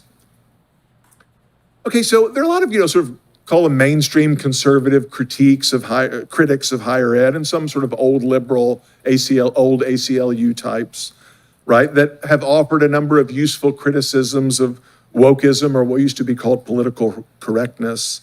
And, some, especially in the last few years, some, delegitimization of the craziness that we see in higher ed. People like Charlie Kirk and others who have, come to universities and argue with students and point out some of their crazy views, right? I mean, that has certainly had an impact on public perception of the university. But none of these things really get at the fundamental underlying structural issues, right? In contrast to how someone like, say, Murray Rothbard would approach this problem, right? Rothbard's views on higher education are similar to his general views of state subsidized institutions and state intervention, right? That, you know, taxes and subsidies should not be playing such a large role in higher ed, whether it's state certification and regulation or the state's direct or indirect imposition of a political agenda, what Rothbard called the military industrial university complex, right? The fact that a lot of the post-war growth at American research universities was driven by partnerships with the defense establishment, right? And weaponry and nuclear energy and so forth. And the idea that, you know, even private universities, as we've just seen, are not really private. Nominally private universities are also heavily subsidized and regulated by the state. You know, Rothbard said really the only solution to this problem, right, is, you know, the separation of education and the state, whether at the primary and secondary level or the tertiary, you know, college or university level as well. If we need to get the state out of the higher education business and see what entrepreneurs would come up with instead. Well, I mean, obviously there are examples of private higher education that we can look to for inspiration. Mises' seminar, right? His seminar in Vienna, and then to some extent his seminar at NYU. These were private, not-for-credit programs offered outside the university establishment. But, you know, Mises' seminar in Vienna was training people like Hayek and Machlup and Habeler and all these great, you know, fourth and fifth generation Austrian economists. The old Foundation for Economic Education in the 1940s and 1950s was offering things that were like college-level programs, right? Not accredited degree programs. Robert Lefebvre's Freedom School, what later became Rampart College in California, was an attempt, in Colorado, sorry, was an attempt to offer a purely free market alternative. But of course, you're all familiar with the best contemporary example of offering higher education outside the state, the Mises Institute, right?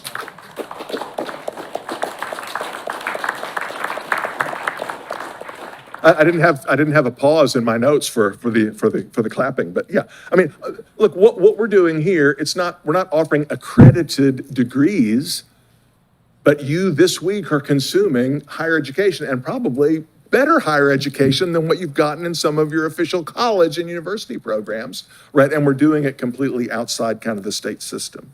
Okay, so just to wrap up, I mean, the ultimate objective of higher education policy from an Austrian point of view should be, you know, privatization to encourage and enable a free market, an entrepreneurial, competitive free market in education. You know, what can we do in the short term?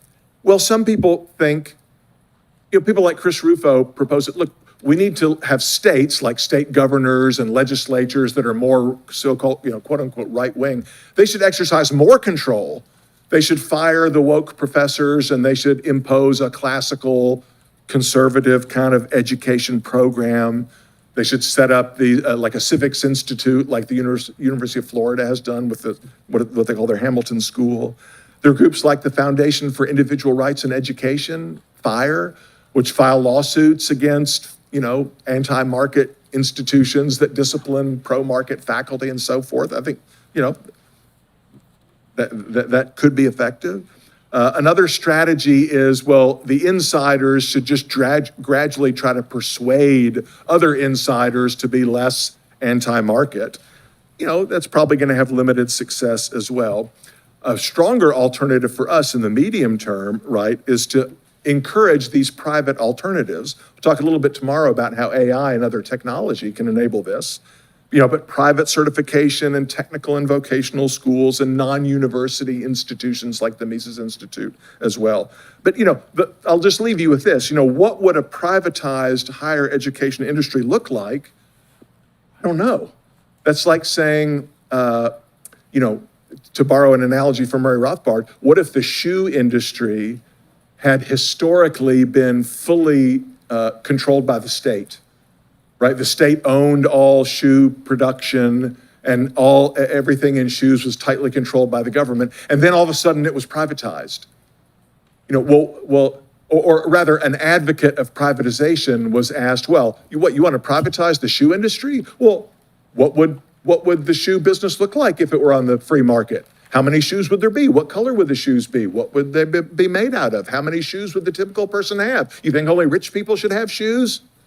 Right? I mean, the answer would be, well, we don't know what exactly the shoe market would look like, but theory and evidence suggest that entrepreneurs would do a better job providing the needs of shoe consumers than the state. And we could say the same thing about education. We can be confident that on a free market, higher education entrepreneurs would produce the educational goods and services that we educational consumers desire in a way that's much more effective than when we get in the current state-led system. Thank you.